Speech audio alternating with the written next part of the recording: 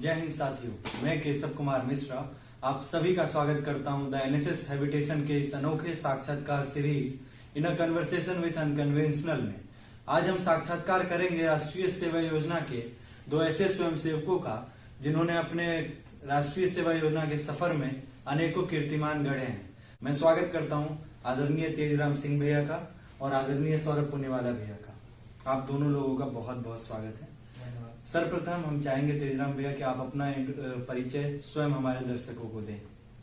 जय हिंद साथियों, मेरा नाम तेजराम सिंह बड़कोर है। मैं होशंगाबाद जिले से हूँ और मैंने अपना एनएसएस कैरियर जो स्टार्ट किया था वो 2010 से किया था। जब मैं 11th क्लास में था जवाहर नवोदय विद्यालय पवारखेड़ा होशंगाबाद में, और 11वीं कक्षा से मैंने अपना राष्ट्रीय सेवा योजना प्रारंभ किया था। उसके बाद 2 साल मैंने विद्यालय स्तर पर किया। उसके बाद में फिर मैं महाविद्यालय में आया। महाविद्यालय में आया तो मैंने भोपाल में जो शासकीय नवीन महाविद्यालय है उसमें अपना एडमिशन लिया। वहां से ना एनएसएस स्टार्ट किया और ग्रेजुएशन स्तर पे मैंने अपना नवीन कॉलेज से एनएसएस किया है। उसके बाद मैं गांधी पीआर कॉलेज चला गया। वहां पे मैंने पोस्ट ग्रेजुएशन लेवल पे अपना एनएसएस प्रारंभ किया, वहां पर किया। और वर्तमान में अभी मैं राष्ट्रीय सेवा योजना की गतिविधियों से जुड़ा हुआ हूं और अभी मैं प्राइवेट जॉब में वर्क करता हूं। बहुत धन्यवाद भैया। अब हम चाहेंगे आदरणीय सौरभ भैया आप अपना परिचय हमारे दर्शकों को दें। जय हिंद सभी साथियों को। मेरा नाम सौरभ पुनियाला। मैंने वर्ष 2012 में शासकीय नवीन महाविद्यालय से अपनी एनएसएस की शुरुआत करी थी। एनएसएस की शुरुआत मेरी 2012 में हुई। उसके बाद 2015 में मैंने जब ग्रेजुएशन कंप्लीट किया, जब तक मेरा राष्ट्रीय स्तर का शिविर नवीन महाविद्यालय की तरफ से ही हो चुका था। उसके पश्चात मैंने अपना जो एनएसएस का जीवन है वो मध्य प्रदेश की जो कोर ग्रुप है उसमें ओपन यूनिट के जरिए कंटिन्यू किया। और आज वर्तमान में मैं मध्य प्रदेश शासन की एक सरकारी संस्था में प्राइवेट माध्यम से कार्यरत हूँ। सर्वप्रथम हम अपने प्रश्नों की शुरुआत आपसे करेंगे तेजराम भैया। आपने अपने परिचय में जिक्र किया कि आपने अपने राष्ट्रीय सेवा योजना की सफर की शुरुआत विद्यालय स्तर से की है, 11वीं से। हम आपसे यह जानना चाहते हैं कि विद्यालय स्तर पर राष्ट्रीय सेवा योजना में आप कैसे जुड़े, वो क्या चीज थी जिसने आपको प्रेरित किया कि आप राष्ट्रीय सेवा योजना में जुड़े, और क्या ऐसा सफर रहा आपका 2 वर्ष का विद्यालय स्तर का? देखिए, एनएसएस में जुड़ने की जो बात आपने मुझसे पूछी कि एनएसएस में आप कैसे जुड़े, तो उसके बारे में बताना चाहूंगा कि मध्य प्रदेश सरकार का और भारत सरकार का एक एजेंडा है कि महाविद्यालय के साथ साथ विद्यालय स्तर पर भी राष्ट्रीय सेवा योजना को चालू किया जाए। तो जब महाविद्यालय के साथ साथ विद्यालय स्तर पर राष्ट्रीय सेवा योजना चालू की गई तो उसमें सभी विद्यालय तो नहीं, परंतु कुछ हर जिले में हर जगह पर कुछ विद्यालय में राष्ट्रीय सेवा योजना चालू की गई। तो मैं जिस विद्यालय में था, मैं था एक आवासीय विद्यालय में जिसका नाम है जवाहर नवोदय विद्यालय पवारखेड़ा होशंगाबाद जिले में जी।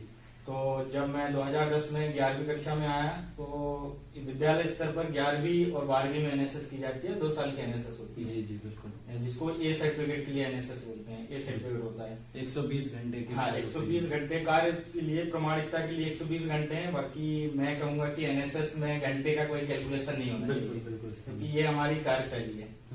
तो जब मैं कक्षा 11 में आया तो राष्ट्रीय सेवा योजना में जुड़ा, और जुड़ने का जो मोटिवेशन था कि मैं कैसे एनएसएस में आया, तो उसका एक मेरे स्तर पे जो था वो बहुत ही रोचक जवाब है। अच्छा। क्योंकि मैं मेरे विद्यालय का सबसे मस्तीखोर लड़का था। तो मुझे विद्यालय शासन ने ये सोचा कि इस विद्यार्थी को कैसे शांत कराया जा सकता है, उसके लिए मुझे थोड़ा सा गाइड किया गया। और राष्ट्रीय सेवा योजना हमारे यहाँ पर यह था कि पूरा क्लास, मतलब जो बैच था हमारा, सभी को लेना पड़ता था क्योंकि बैच छोटा था। कंपल्सरी था वो। हाँ, 80 स्टूडेंट का ही एक बैच होता है नवोदय विद्यालय में। कहीं कहीं पे 40 का होता है। तो हमारा 80 का बैच था। उसमें गर्ल्स थी और बॉयज थे। तो गर्ल्स को कंपल्सरी नहीं था हमारे यहाँ पे, बॉयज यूनिट थी। तो हम लोगों को एनएसएस में जोड़ा गया।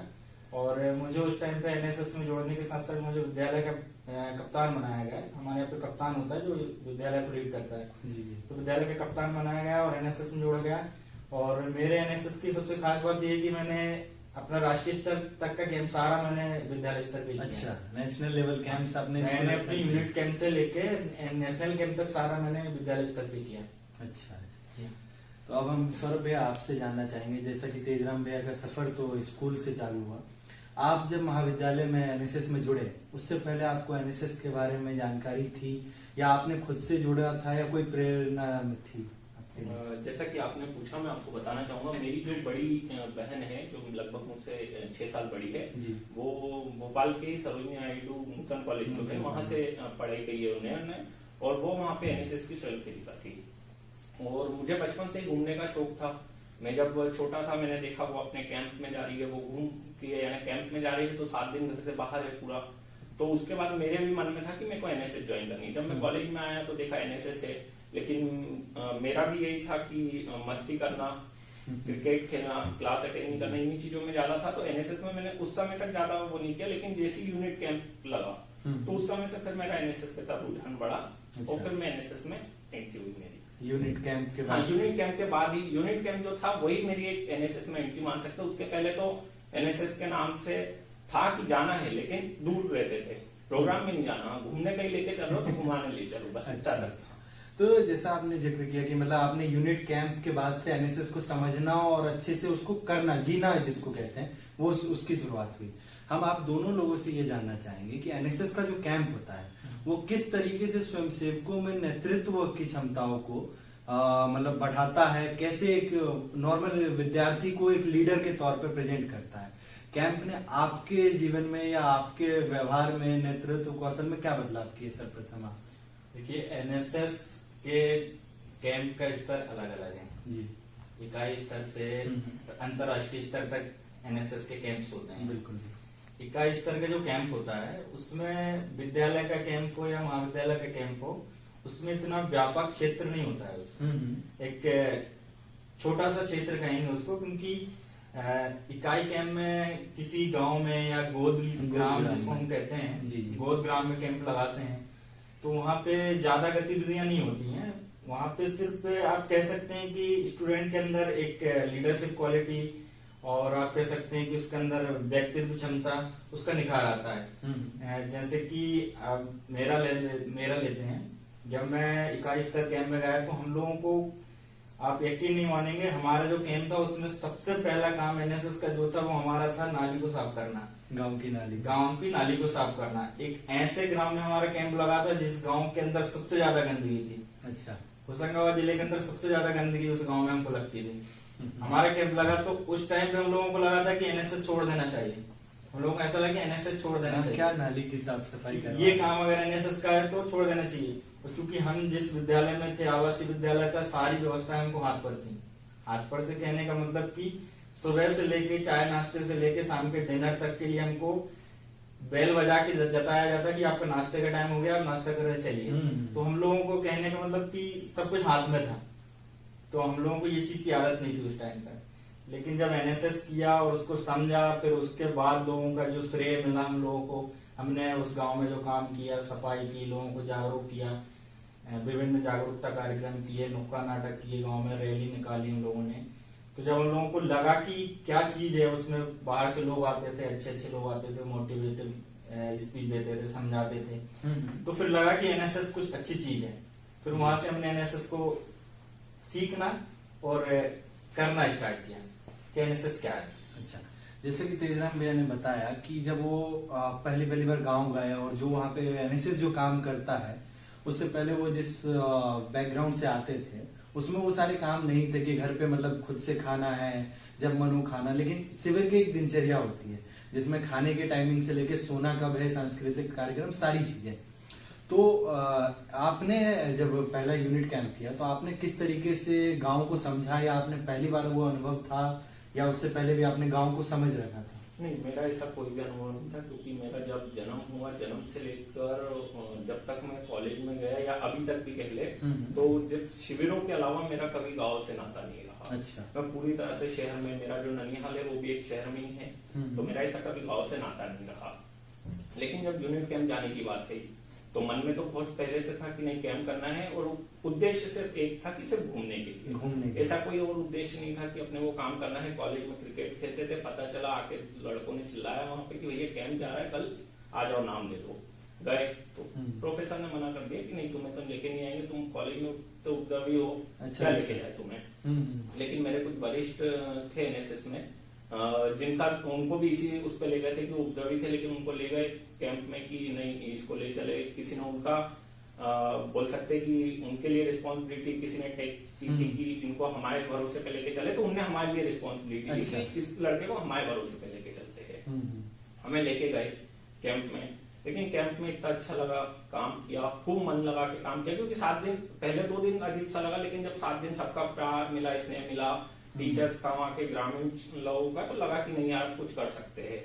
तो उसी कैंप में मेरे को जब कॉलेज का मेरा एक माहौल और कैंप का माहौल देखते हुए मुझे उस कैंप में बेस्ट वॉलंटियर का भी अवार्ड मिला था। अच्छा। राहुल सर के हाथों। मतलब जिस बच्चे को कैंप ले ले जाने जाने से मना किया गया था, उस बच्चे को उसी कैंप में बेस्ट वॉलंटियर का अवार्ड दिया गया था। तो वो एक बिल्कुल बदलाव वहां से शुरू हुआ कि नहीं अपन इस क्षेत्र में भी कर सकते हैं, क्योंकि कॉलेज में जब तक मैं यूनिट कैंप से पहले मेरे साथ वाले करते थे कभी कॉलेज में साफ सफाई, तो हम लोग भी थे उनमें ताने देने में उस समय तक कि क्यों रे क्या सफाई कर रहे हो। लेकिन जब यूनिट कैंप में हमने कुछ काम किया तो जब आके वो लोग ताने देते तो फिर हम उनको जवाब देते थे कि देखो आज तुम कहाँ खड़े हो और हम कहाँ खड़े। तो वो एक डिस्टेंस मेंटेन होता है और इसी कारण से फिर मैंने एनएसएस को अपनी कंटिन्यू किया। तो शिविरों के माध्यम से गांव को समझने का एक अवसर एनएसएस प्रदान गांव करता को है। समझने से ज्यादा आपका खुद का व्यक्तित्व विकास का एक माध्यम एनएसएस आपको देता है शिविरों के माध्यम से, क्योंकि शिविर में आप जब जाते हैं तो एक शहर का बच्चा हो चाहे गांव का बच्चा हो, उन दोनों को ये समझ में आ जाता है कि आपको अपना काम भी स्वयं करना है, आपको क्या क्या कर सकते हो आप जिंदगी में। एक प्रकार से आपको जीना सिखाया जाता है उन शिविरों के माध्यम से। तो आप ये नहीं बोल सकते कि आपको सिर्फ ग्रामीण, आप ये बोल सकते हैं कि इंसान अपना जीवन जीना वहां से शुरू करता है, कभी वो सही मायनों में एनएसएस करे तो। क्योंकि एनएसएस 2 प्रकार से होती है, हम तो कैंप गए और 7 दिन रह के आ गए, और दूसरा आपने किस प्रकार से वहां पे कैंप को समझा और उसको जीना शुरू किया और अपने व्यक्तित्व में क्या बदलाव हाँ, किए। वो बहुत महत्वपूर्ण है कि आपने अपने व्यक्तित्व में भी क्या बदलाव किया। इसीलिए राष्ट्रीय सेवा योजना को एनएसएस एक जीवन शैली कहा जाता है। बिल्कुल, एनएसएस एक जीवन शैली ही है। कभी उसको आपने सही वे में किया तो एनएसएस एक जीवन शैली है, अन्यथा तो बहुत लोग हैं जो सब चीजें करते हैं, लेकिन कभी आप उसको सही वे में करो तो एनएसएस एक वाकई में एक जीवन शैली है जो आपको जीना सिखाती है कि आपको किन किन परिस्थितियों में कैसे कैसे जीना है। बिल्कुल। इकाई स्तर के शिविर के बाद जो एक वॉलंटियर्स की इच्छा होती है वो स्टेट लेवल कैंप करें, यूनिट के बाद district camp, university level camp, पर स्टेट कैंप का एक अपना ऑरा है। और आप दोनों लोगों ने अपने विद्यालय स्तर पे और अपने महाविद्यालय स्तर पे स्वयं सेवक के रूप में भी सहभागिता की है और कोर कमेटी के तौर पे भी उसके बाद के शिविरों में सहभागिता की है। हम आपसे ये जानना चाहते हैं कि कैसा अनुभव रहा एक स्वयंसेवक के तौर पे पहले पार्टिसिपेट करना उस कैंप में, और उसके बाद अगले वर्षों से उस कैंप में एक लीडर के तौर पे अपने आप को देखना। मैं मेरा बताऊं तो बहुत लोगों को एक आश्चर्य होगा कि उससे पहले श्रीमान राहुल सर के साथ में मैंने जैसे मेरा यूनिट कैंप का मैंने आपको बताया, उस कैंप में मैंने बहुत सारे वर्क थे। तो राहुल सर और हम लोग कोर टीम में उस समय तक लगभग मेरी एंट्री हो चुकी थी बरकतुल्लाह विश्वविद्यालय के कोर टीम में। तो हम लोगों ने सर के साथ काम उस समय तक शुरू कर चुके थे। तो जो मेरा पहला यूनिट कैंप था वो सॉरी जो मेरा पहला राज्य स्तर शिविर था, वो मेरा एक वॉलेंटियर के रूप में साथ साथ में कोर ग्रुप के मेंबर के रूप में भी हुआ। अच्छा। तो मैं ये कह सकता हूँ कि मैंने जो पहला मेरा राज्य स्तर शिविर था उसमें न केवल एक स्वयंसेवक की भूमिका निभाई बल्कि कोर समूह के मेंबर की मैंने दोनों भूमिका अपनी अदा करी थी। और वहीं से मुझे पता चला था कि कोर समूह का जो मेंबर होता है उसका कार्य क्या होता है, क्योंकि जो मेरा पहला काम था, क्योंकि जो नॉर्मल स्वयंसेवक जब जाता है तो सिर्फ देख पाता है, लेकिन जब आप उस स्तर पर जाके काम कर रहे हैं अपने पहले शिविर में, तो आपको समझ आता है कि क्या क्या आपको करना है, वहां आपके क्या क्या उत्तरदायित्व है। तो आप उन चीजों को समझते हो। वो मैंने पहले ही शिविर में सीख लिया था, क्योंकि पहले शिविर में मैंने एज अ कोर ग्रुप के मेंबर भी काम किया था और एज ए स्वयंसेवक भी, दोनों स्तरों पर मैंने काम किया अपने पहले ही राज्य स्तर शिविर में। उसके बाद से आज तक मैं कोर ग्रुप के उससे काम करते हैं। अच्छा, बहुत बढ़िया। तो आपका कैसा अनुभव रहा था विद्यालय स्तर के, मतलब स्कूल से सीधे स्टेट लेवल के कैंप में जाने का? मैं स्कूल में था उस टाइम पे, और मेरा स्टेट कैंप जाने का भी एक कहानी है। अच्छा। मैं 12th में था जब मैं स्टेट कैंप गया था, 12th में था और सीबीएसई से था। तो हमारे प्री बोर्ड चल रहे थे उस टाइम। तो प्री बोर्ड के टाइम पे हमारी प्रिंसिपल ने स्पष्ट शब्दों में कह दिया था कि 12th का स्टूडेंट कोई भी कैंप नहीं जाएगा, किसी भी स्तर का कैंप हो, स्टेट कैंप हो या नेशनल कैंप हो, कोई नहीं जाएगा। फिर आदरणीय राहुल सर का फोन गया हमारे पीओ के पास, और पीओ ने मुझसे कहा कि तेजराम आपको स्टेट कैंप जाना है, आपको सिलेक्शन हुआ है। तो मैं तो पहले से तैयार था, क्योंकि मैं वहाँ पे कप्तान था स्कूल में, तो ये सारी चीजों की मुझे आदत हो गई थी। हाँ। मतलब एनएसएस मैंने 11वीं में ज्वाइन किया था और स्टेट कैंप में गया था 12वीं में। 12वीं में तो मैं दोनों साल स्कूल का कप्तान था 11वीं 12वीं में। तो मुझे लीडरशिप क्वालिटी मेरे अंदर थी, तो हमारी यूनिट से मेरा चयन था। मुझे ये कंफर्म था कि अगर स्टेट कैंप आएगा तो मेरा सिलेक्शन होना है, जी। जाऊंगा मैं। तो मेरा चयन जब हुआ और सर ने मुझे बताया, तो मैंने प्रिंसिपल मैडम से रिक्वेस्ट की कि मैडम आपको जो परसेंटेज चाहिए और जो आपको मेरी तरफ से चाहिए कि मैं क्या कर सकता हूँ, उस चीज की मैं रिटर्न आपको गारंटी दे सकता हूँ कि मेरा रिजल्ट खराब कि नहीं मेरा होगा। रिजल्ट क्या रहेगा वो मैं गारंटी दे सकता हूँ और मुझे आप जाने दीजिए। तो फिर जैसे तैसे मैडम ने कहा ठीक है आप जाओ।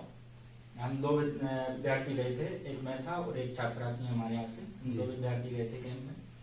और स्टेट कैंप हमारा इंदौर में लगा हुआ था, देवी यूनिवर्सिटी के डीएवीवी के उससे महू में लगा हुआ था। महू में। जी। कैसा अनुभव रहा? 2012 का कैंप था। अनुभव तो बहुत अच्छा था। मैं उस टाइम पे बहुत छोटा था, क्योंकि स्कूल लेवल से उस कैंप में जहां तक मुझे याद है 10 से 11 स्टूडेंट थे जो पूरे स्टेट मध्य कैंप- प्रदेश। पूरे मध्य प्रदेश जो स्टेट कैंप में थे। क्योंकि विद्यालय स्तर से क्या होता है कि 11वीं में बहुत छोटे होते हैं और 12वीं में बोर्ड्स एग्जाम होते हैं। तो विद्यालय मतलब इस चीज का उन लोगों को शायद जानकारी का अभाव कह लें या जो भी कह लें कि वो इस चीज को इतना सीरियसली पहले नहीं लेते थे। अब तो विद्यालय की स्तर का मुझे जानकारी नहीं है, तो भेजते नहीं थे। अच्छा। विद्यालय स्तर के छात्रों को कैंप में भेजते नहीं थे, क्योंकि उनको लगता था कि कैंप वेस्टेज ऑफ टाइम है, बोर्ड स्टूडेंट्स को हम भेजेंगे तो- जाके बर्बाद है। हाँ, पर मैं स्टेट कैंप गया, मेरा बहुत अच्छा अनुभव था। क्योंकि स्टेट कैंप में जाके मैंने ऐसे ऐसे वॉलेंटियर्स, ऐसे स्वयं सेवकों, ऐसे ऐसे व्याख्याताओं को मैंने देखा, वहां पे उन लोगों से मिला और एनएसएस की असली गतिविधि और एनएसएस को असली मायने में मैंने समझा स्टेट कैंप में। जब स्टेट कैंप में गया और जब मैंने वहां पे राहुल सिंह परिहार सर के नेतृत्व में उस कैंप को किया, और हमारे साथ में जो सीनियर्स गए थे, बहुत ज्यादा सीनियर्स थे हमारे साथ।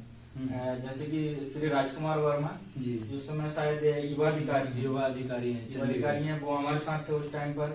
और बहुत सारे ऐसे सीनियर थे जिन्होंने हमको एनएसएस के बारे में इतनी ज्यादा जानकारी दी और इतना ज्यादा अच्छा लगा एनएसएस कि एनएसएस क्या है और एनएसएस का प्रभाव मेरे जीवन में आप देख सकते हैं कि मैं आज आपके सामने यहाँ बैठा हूँ। तो एनएसएस का बहुत बड़ा प्रभाव है। बिल्कुल। आपने जिक्र किया विद्यालय स्तर के एनएसएस को लोग उतना समझते नहीं है या वो महत्व नहीं होता।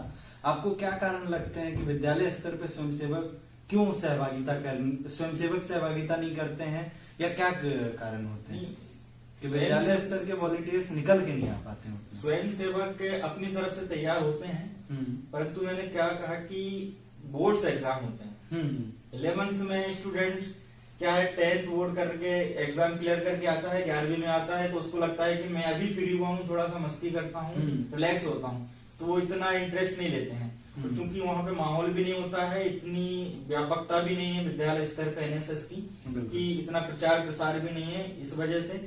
और 12वीं में जब स्टूडेंट रहता है तो उसकी बोर्ड एग्जाम्स होती हैं, इस वजह से एनएसएस में उतनी सक्रियता नहीं है। अच्छा। और महाविद्यालय स्तर पे क्या होता है कि महाविद्यालय में जब आप आते हैं तो आपकी रेगुलरिटी होती है, आपको ग्रेजुएशन करना है, उसके बाद पोस्ट ग्रेजुएशन करना है, तो एक आपके पास समय होता है। और विद्यालय स्तर पे क्या होता है कि हमारे यहाँ पे 11वीं कक्षा में हमने ज्वाइन किया था।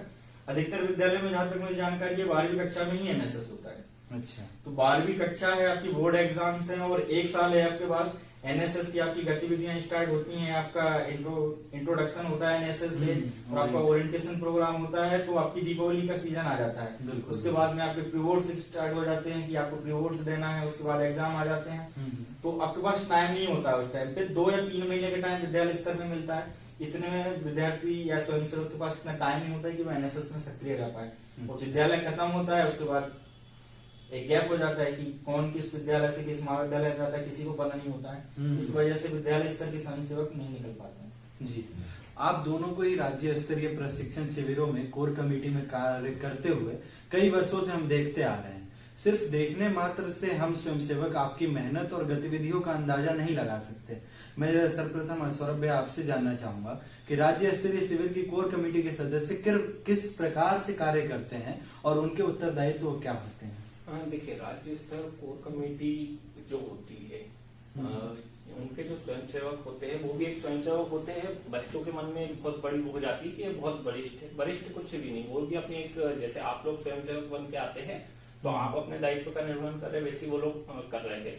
बस वहां ये फर्क हो जाता है कि क्या राहुल सर लीड करते हैं, आदरणीय राहुल सर जब लीड करते हैं तो उनके इशारों को समझते हुए समय सीमा में सभी कार्य हो, सभी बच्चों को जितनी भी उनकी एक्टिविटीज है वो सभी हो जाए।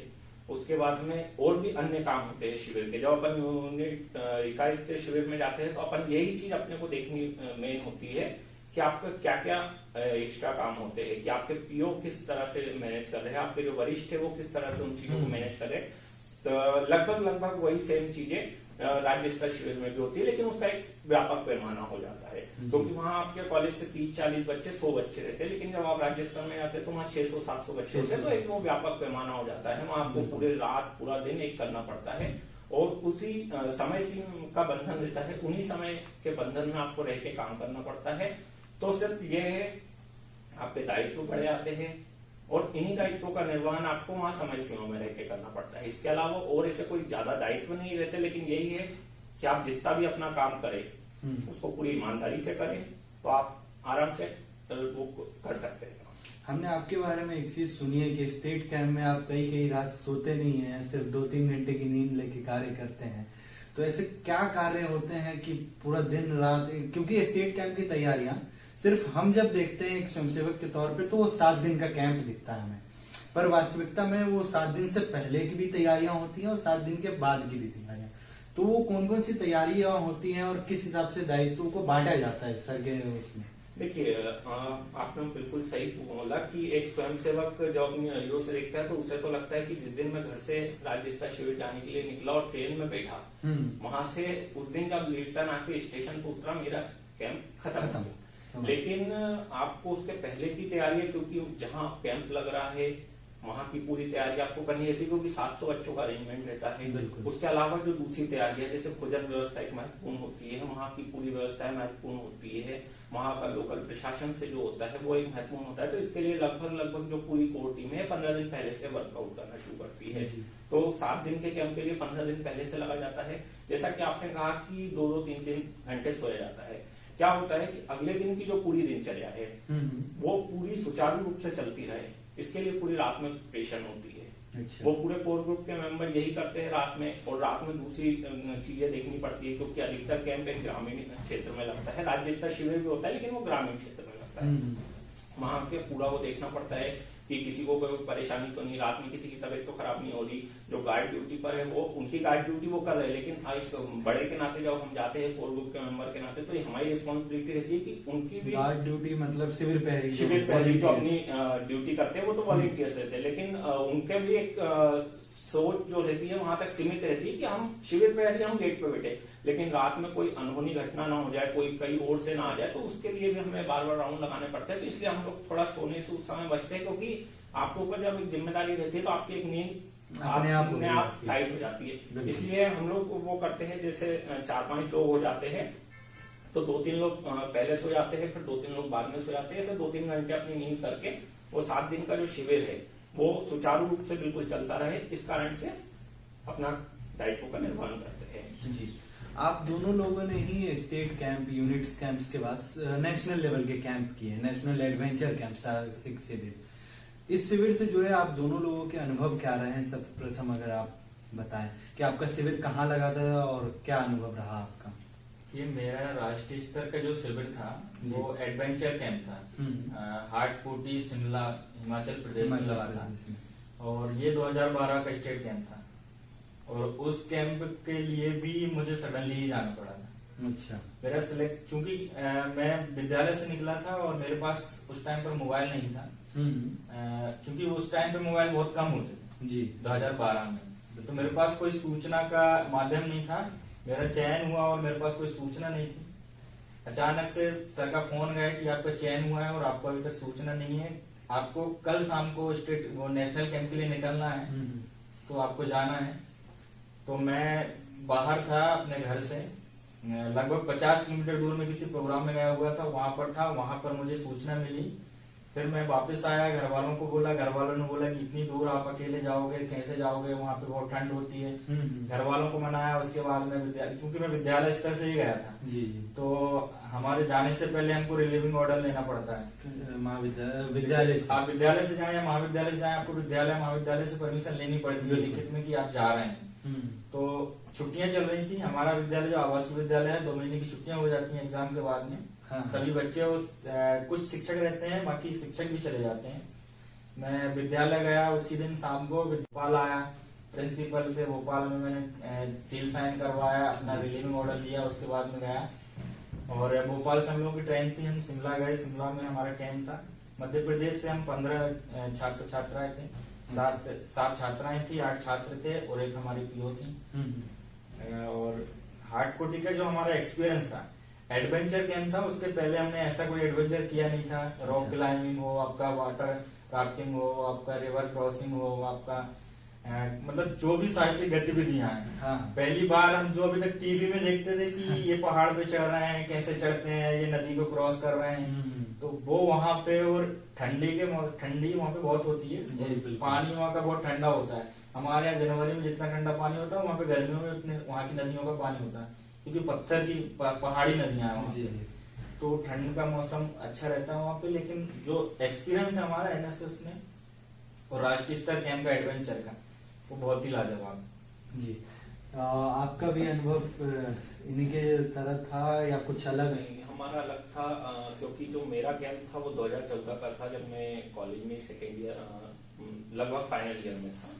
तो मेरे पास में अचानक से राहुल सर का कॉल आया कि तुम्हारा सिलेक्शन हुआ है, तुम्हें जाना है। ठीक है सर। मैंने अपनी तैयारी करी कॉलेज से, जैसा अभी तेजाम ने बताया कि रिलीविंग ऑर्डर और ये सब निकलवाना पड़ता है, ये सब मैंने अपनी पूरी फॉर्मेलिटीज पूरी करी। उसके बाद जब हम लोग यहाँ से गए, तो हमारा जो कैंप था ये हिमाचल प्रदेश के ही जिला कांगड़ा में पोंग टेम करके एक जगह है जो ब्यास नदी पे बना हुआ है। अच्छा। उसमें था। और मेरा जो कैंप था वो एनएसएस वालों के लिए पहला कैंप था जो वाटर स्पोर्ट्स कैंप था। अच्छा। अभी तक साहसिक गतिविधि शिविर, लेकिन हमारा भी साहसिक गतिविधि में ही था, लेकिन हमारा पूरा वाटर स्पोर्ट्स था। अच्छा। हमारे इसमें कोई रॉक क्लाइंबिंग नहीं थी, कुछ नहीं था। हमारा सिर्फ वाटर स्पोर्ट्स था। स्विमिंग सिखाना, अपना स्विमिंग के जितने भी प्रकार होते वो सिखाना, नाव में कैसे किया जाता है, कैसे रेस्क्यू किया जाता है, पूरा वाटर स्पोर्ट्स का हम लोगों का 10 दिन का कैंप था। जो हम लोगों के था उसमें 40 बच्चे थे टोटल, 20 लड़के 20 लड़कियां मध्य प्रदेश की सभी यूनिवर्सिटी से, और 4 पीओ गए थे हमारे साथ में। जब हम लोग स्टेशन से गए थे उसी समय आदरणीय राहुल सर, आदरणीय आनंद कुमार सक्सेना सर, आदरणीय आर.के. विजय सर और हम लोगों के बीच अब नहीं रहे गढ़वाल सर थे, जो अब हमारे बीच नहीं रहे। और राहुल सर ने उस कैंप में मेरा तो पहला ही कैंप था, मेरे साथ बहुत सारे लोग थे दूसरी यूनिवर्सिटीज के, हमारी यूनिवर्सिटी के तो नहीं थे वो, दूसरी यूनिवर्सिटी के लोग थे जिनके पहले नेशनल कैंप हो चुके थे। अच्छा। लेकिन फिर भी राहुल सर ने मुझे उस कैंप का लीडर बना के भेजा, मध्य प्रदेश के दल का लीडर बना के भेजा, और उस लीडर बना के भेजा और पूरे कैंप को मैंने लीड करा वहां पे 10 दिन। और जब हम लोग रिटर्न आए तो हमारे कैंप की पहला वाटर स्पोर्ट्स का कैंप एनएसएस का होने के बाद भी वहां की अथॉरिटी ने बोला कि एनएसएस के बच्चे ऐसे होते हैं, हमने ये पहली बार देखा। अच्छा। हमने ये पहली बार देखा कि एनएसएस के, बोले हमारे एनसीसी के आते हैं, पुलिस के लोग आते हैं, लेकिन एनएसएस के बच्चे इस बार हमें पहली बार मिला था। हम खुद सोच रहे थे कि बच्चे कैसे होते होंगे, लेकिन जब हमने देखा कैंप करते हुए एनएसएस के बच्चों को, तो हम मान गए कि नहीं, एनएसएस के बच्चे अपने आप में अलग होते हैं। जी बिल्कुल। मैं तेजराम भैया आपसे अब ये जानना चाहूंगा कि आपका स्टेट लेवल कैंप के लिए चयन किन आधारों पे हुआ था, और दूसरा मेरा इसी के साथ एक प्रश्न ये है कि स्टेट कैंप में एक वॉलेंटियर के तौर पे सहभागिता करना और कोर कमेटी के तौर पे सहभागिता करना, दोनों में कितना फर्क होता है और क्या अनुभव रहा आपका? देखिए, मेरा जो चयन जो हुआ था स्टेट कैंप के लिए जी, वो तो मैं आपको पहले बता चुका हूँ कि सिलेक्शन प्रोसेस थी पूरी, कि मेरे यूनिट से एक विद्यार्थी को या एक स्वयं सेवक को स्टेट कैंप के लिए जाना है, तो मेरे विद्यालय पे चयन प्रक्रिया हुई थी। सिलेक्शन जो भी एक्टिविटी, कल्चर एक्टिविटी हो या जो भी एक्टिविटी है कि लीडरशिप क्वालिटी वगैरह देखी गई थी, उस हिसाब से मेरा चयन हुआ था। बाकी सहभागिता की बात जो आपने की कि वॉलेंटियर के रूप में और कोर कमेटी के रूप में, तो मैं आपको सबसे पहले तो एक बात स्पष्ट कर दूं कि कोर कमेटी जब स्वयंसेवक के मन में जब सुनता है, स्वयंसेवक के कान में ये बात आती है कि ये कोर कमेटी से है, हाँ। तो वो एकदम डर सा जाता है कि ये कोर कमेटी है क्या चीज, और ये कोर ग्रुप के जो मेंबर हैं वो कौन है और ये कैसे आते हैं।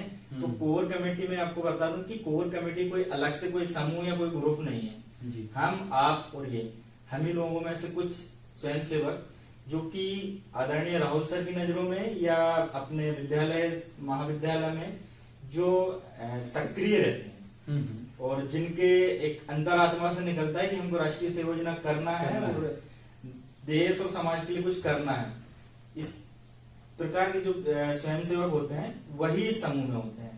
अच्छा। तो कोर ग्रुप या कोर कमेटी कोई कमेटी नहीं है, मतलब वो कोर कमेटी में माफी चाहता हूँ, मैंने आपकी बात को काटा। मैं ये समझना चाहता हूँ कि कोर कमेटी में वो सदस्य होते हैं, वही एनएसएस वॉलेंटियर्स होते हैं, हाँ। जो अपनी लीडरशिप को साबित करते हैं, हाँ। कि हाँ हम में नेतृत्व गुण है और हम कुछ बेहतर और नया कर सकते हैं, हाँ। तो उनको कोर कमेटी के सदस्य के तौर पर रखा क्या होता है कि हर महाविद्यालय में जैसे आपकी 40 विद्यार्थी की यूनिट है, 40 स्वयंसेवक की, तो 40 ही आपके एक्टिव नहीं होते हैं, बिल्कुल नहीं। 1 या 2 4 5 ही एक्टिव होते हैं। तो जो ज्यादा एक्टिव स्वयंसेवक होते हैं उनको ऊपर नजर पहले से रहती है, वो हर कार्यक्रम में सक्रिय दिखते हैं, उनकी सहभागिता दिखती है, तो ऐसे स्वयंसेवकों का चयन किया जाता है समूह में।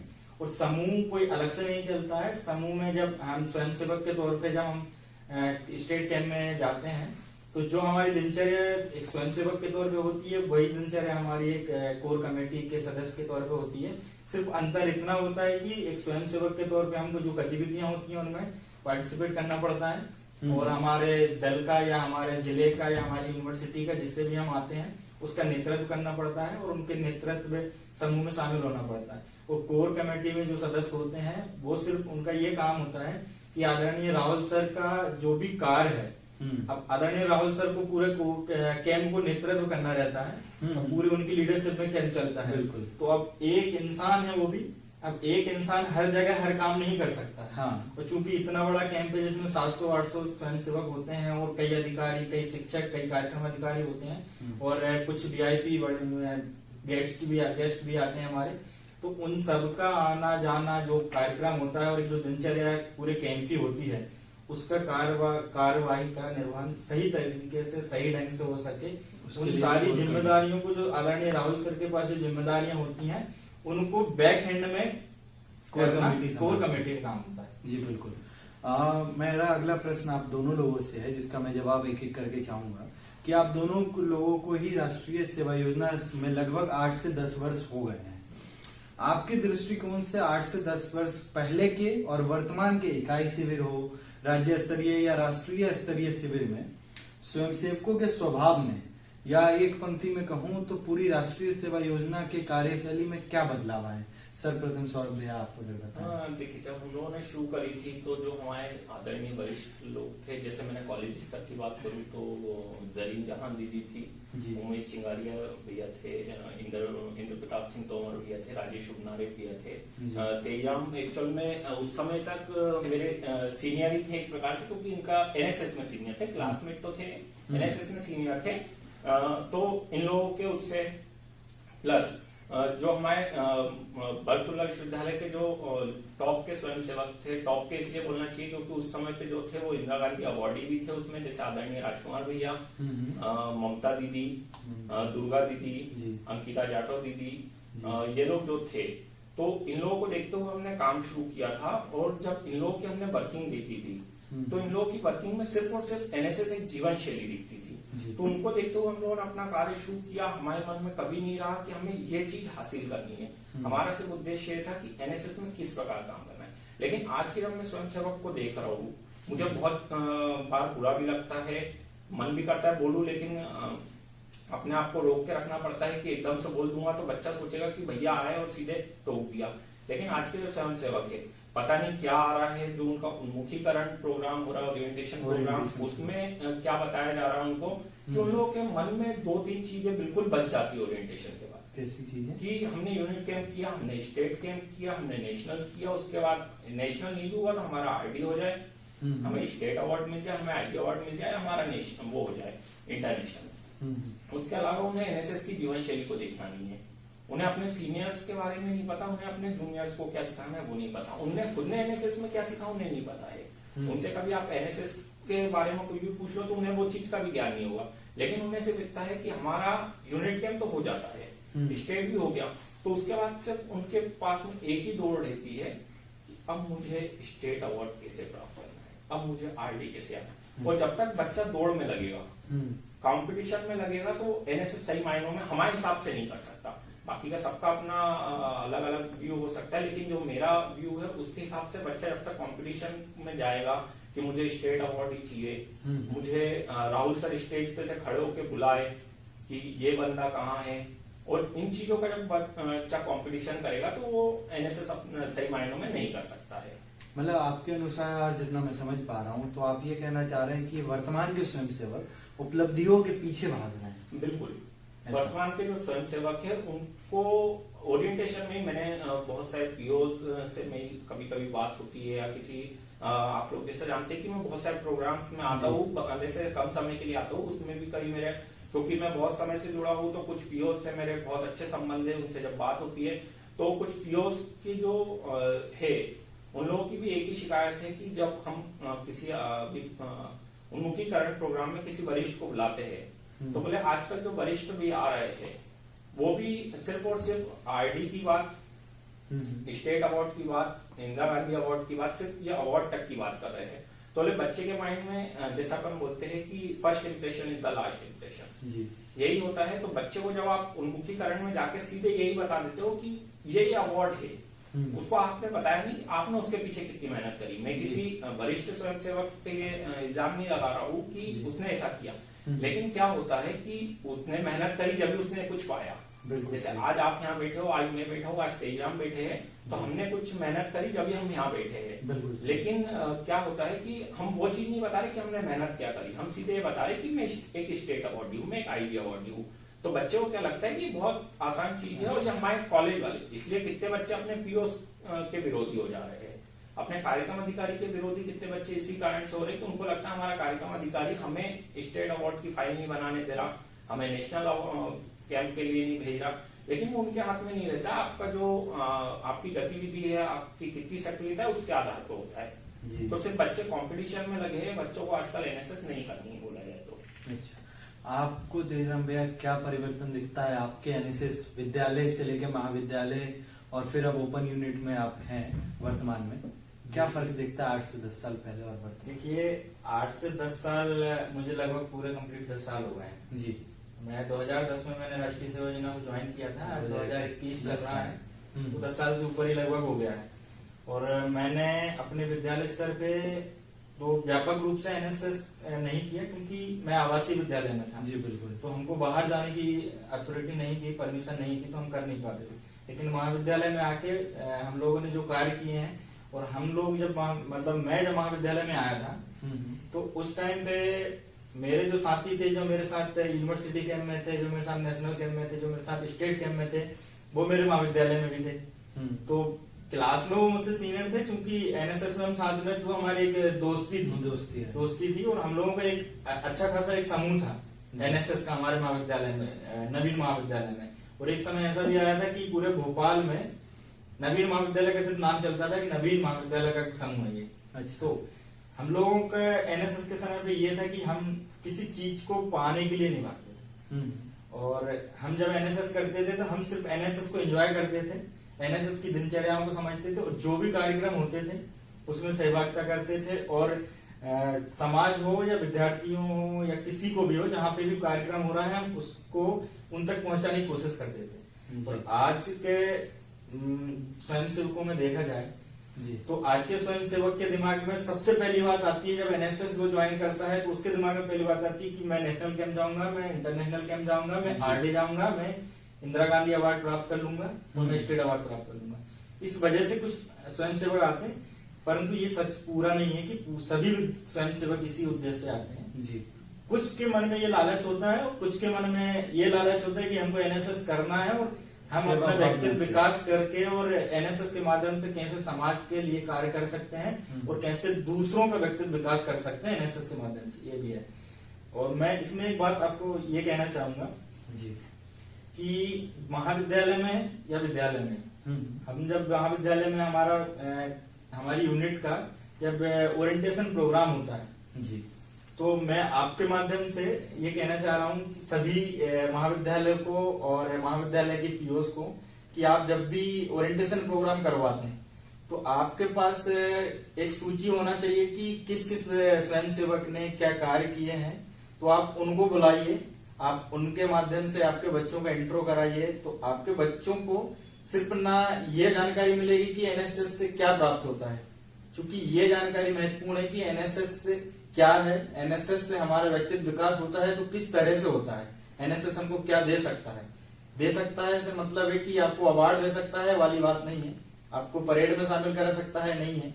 एनएसएस आपके व्यक्तित्व को किस तरीके से निखारता है, किस तरीके से आपका व्यक्तित्व विकास होता है, ये सब जानकारी आपको उसी तरीके से मिल सकती है जब आप किसी को बुलाएंगे। आप जब हम किसी को देखते हैं तो जल्दी सीखते हैं, सुन के उतने जल्दी नहीं सीखते हैं। तो हम किसी को देखेंगे और उसके बारे में फिर हम जानेंगे कि हाँ ये स्वयंसेवक हैं। जैसे मान लीजिए सौरभ जी हैं जी, अब सौरभ जी को अगर आप आपके महाविद्यालय में बुलाएंगे जी, तो सौरभ जी को जब देखेंगे तो आप देख के सिर्फ भूल नहीं जाएंगे, आप कोशिश करेंगे कि मैं सौरभ जी की पूरी वो देखूं कि कब एनएसएस में आए थे, इन्हें क्या क्या किया है, कहाँ पे। तो आपको एक पूरी दिनचर्या उनकी, ये पूरी जीवन शैली आपको मिलेगी। सही। और तो व्यक्तित्व विकास और इन जो स्वयंसेवक है उनके मन में अपने आप ये विचार आएगा कि हाँ मुझे एनएसएस करना है और किस उद्देश्य से करना है। क्योंकि एनएसएस लिखा जरूर होता है, एनएसएस मतलब नेशनल सर्विस स्कीम, स्कीम नहीं कहना चाहिए हमको इसको, ये अब सरकारी काम है तो एनएसएस स्कीम है, लेकिन मैं अपने विचार में स्कीम नहीं मानता हूँ, मैं इसको एक दिनचर्या मानता हूँ। तो स्कीम तो वो होती है कि योजना है, आओ लाभ लो और जाओ, लाभ लो जाओ। योजना का मतलब तो यही है कि आपके लिए कुछ योजना है, आप उसका लाभ लो, आपको देना कुछ नहीं है, लेकिन आपको इसमें अपना समय देना है, अपना व्यक्तित्व विकास करना है। आपने बहुत सही बात कही कि अगर हमें सिखाने वाला बेहतर होता है तो हम सीखते भी बहुत अच्छे से।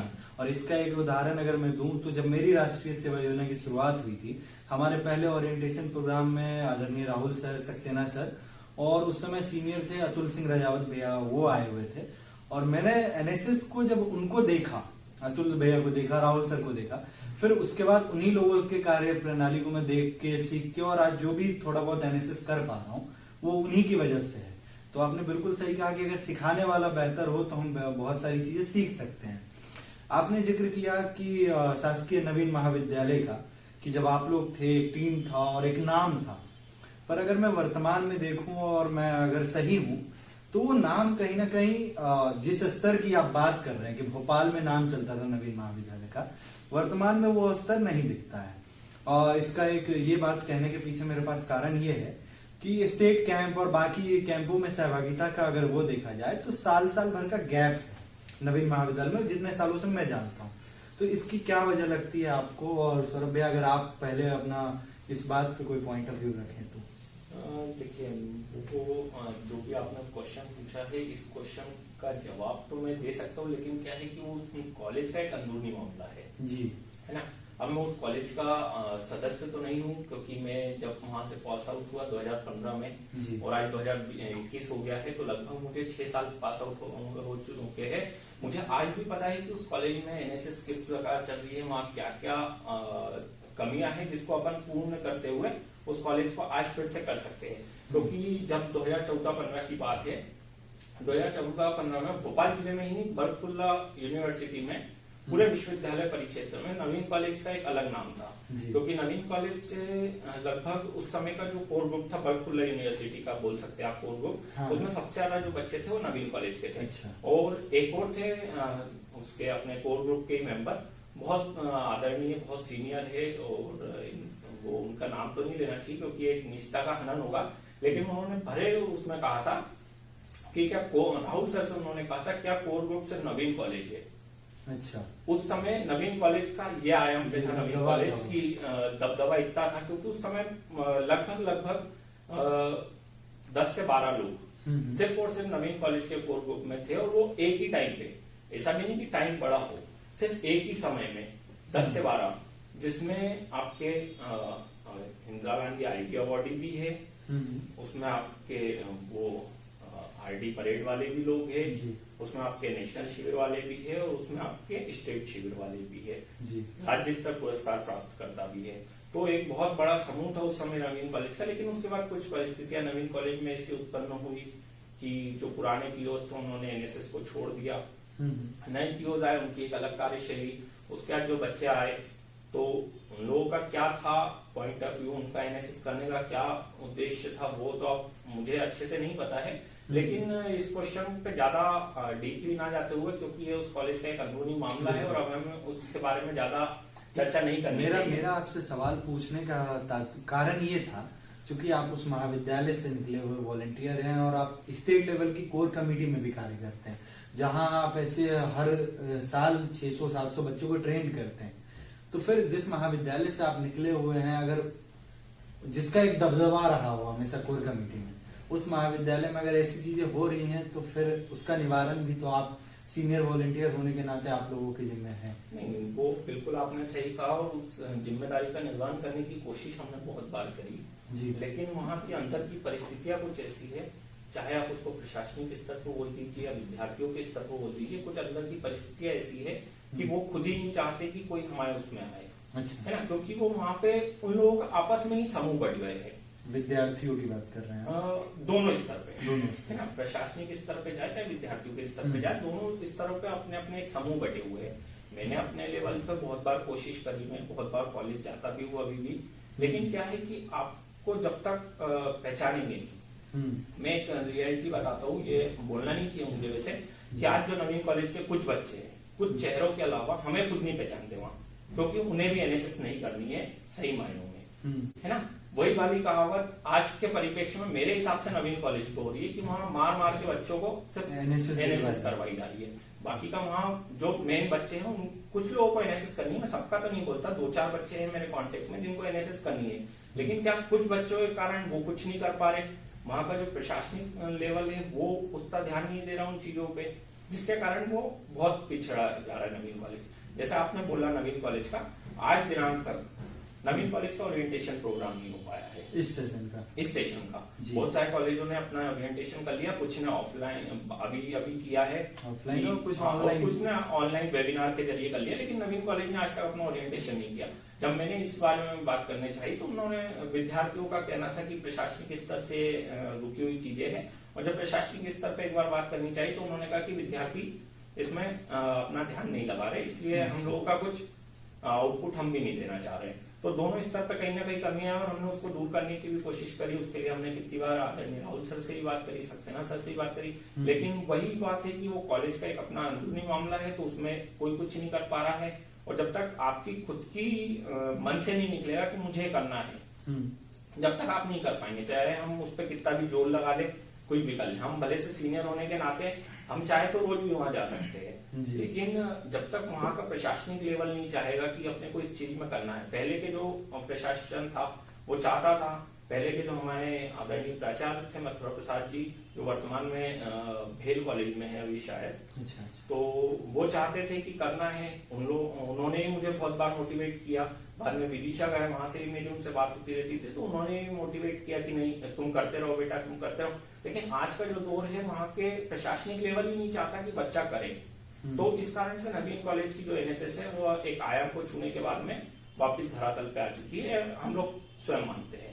अच्छा, नवीन स्वयंसेवक जो अभी इस वर्ष राष्ट्रीय सेवा योजना में जुड़े हैं, ये जो ऐसे स्वयंसेवक जिनका आप जिक्र कर रहे थे कि 2-4 हैं जो कार्य करना चाहते हैं, उनके लिए आप दोनों लोग क्या एडवाइस करेंगे कि वो किस तरीके से, एक जो तालमेल की कमी का जिक्र किया आपने प्रशासनिक में और विद्यार्थियों के बीच में, उस तालमेल की कमी को वो स्वयंसेवक जो अभी नवीन जुड़े हैं और जो वर्तमान में, वो कैसे उस तालमेल को पूरा कर पाए?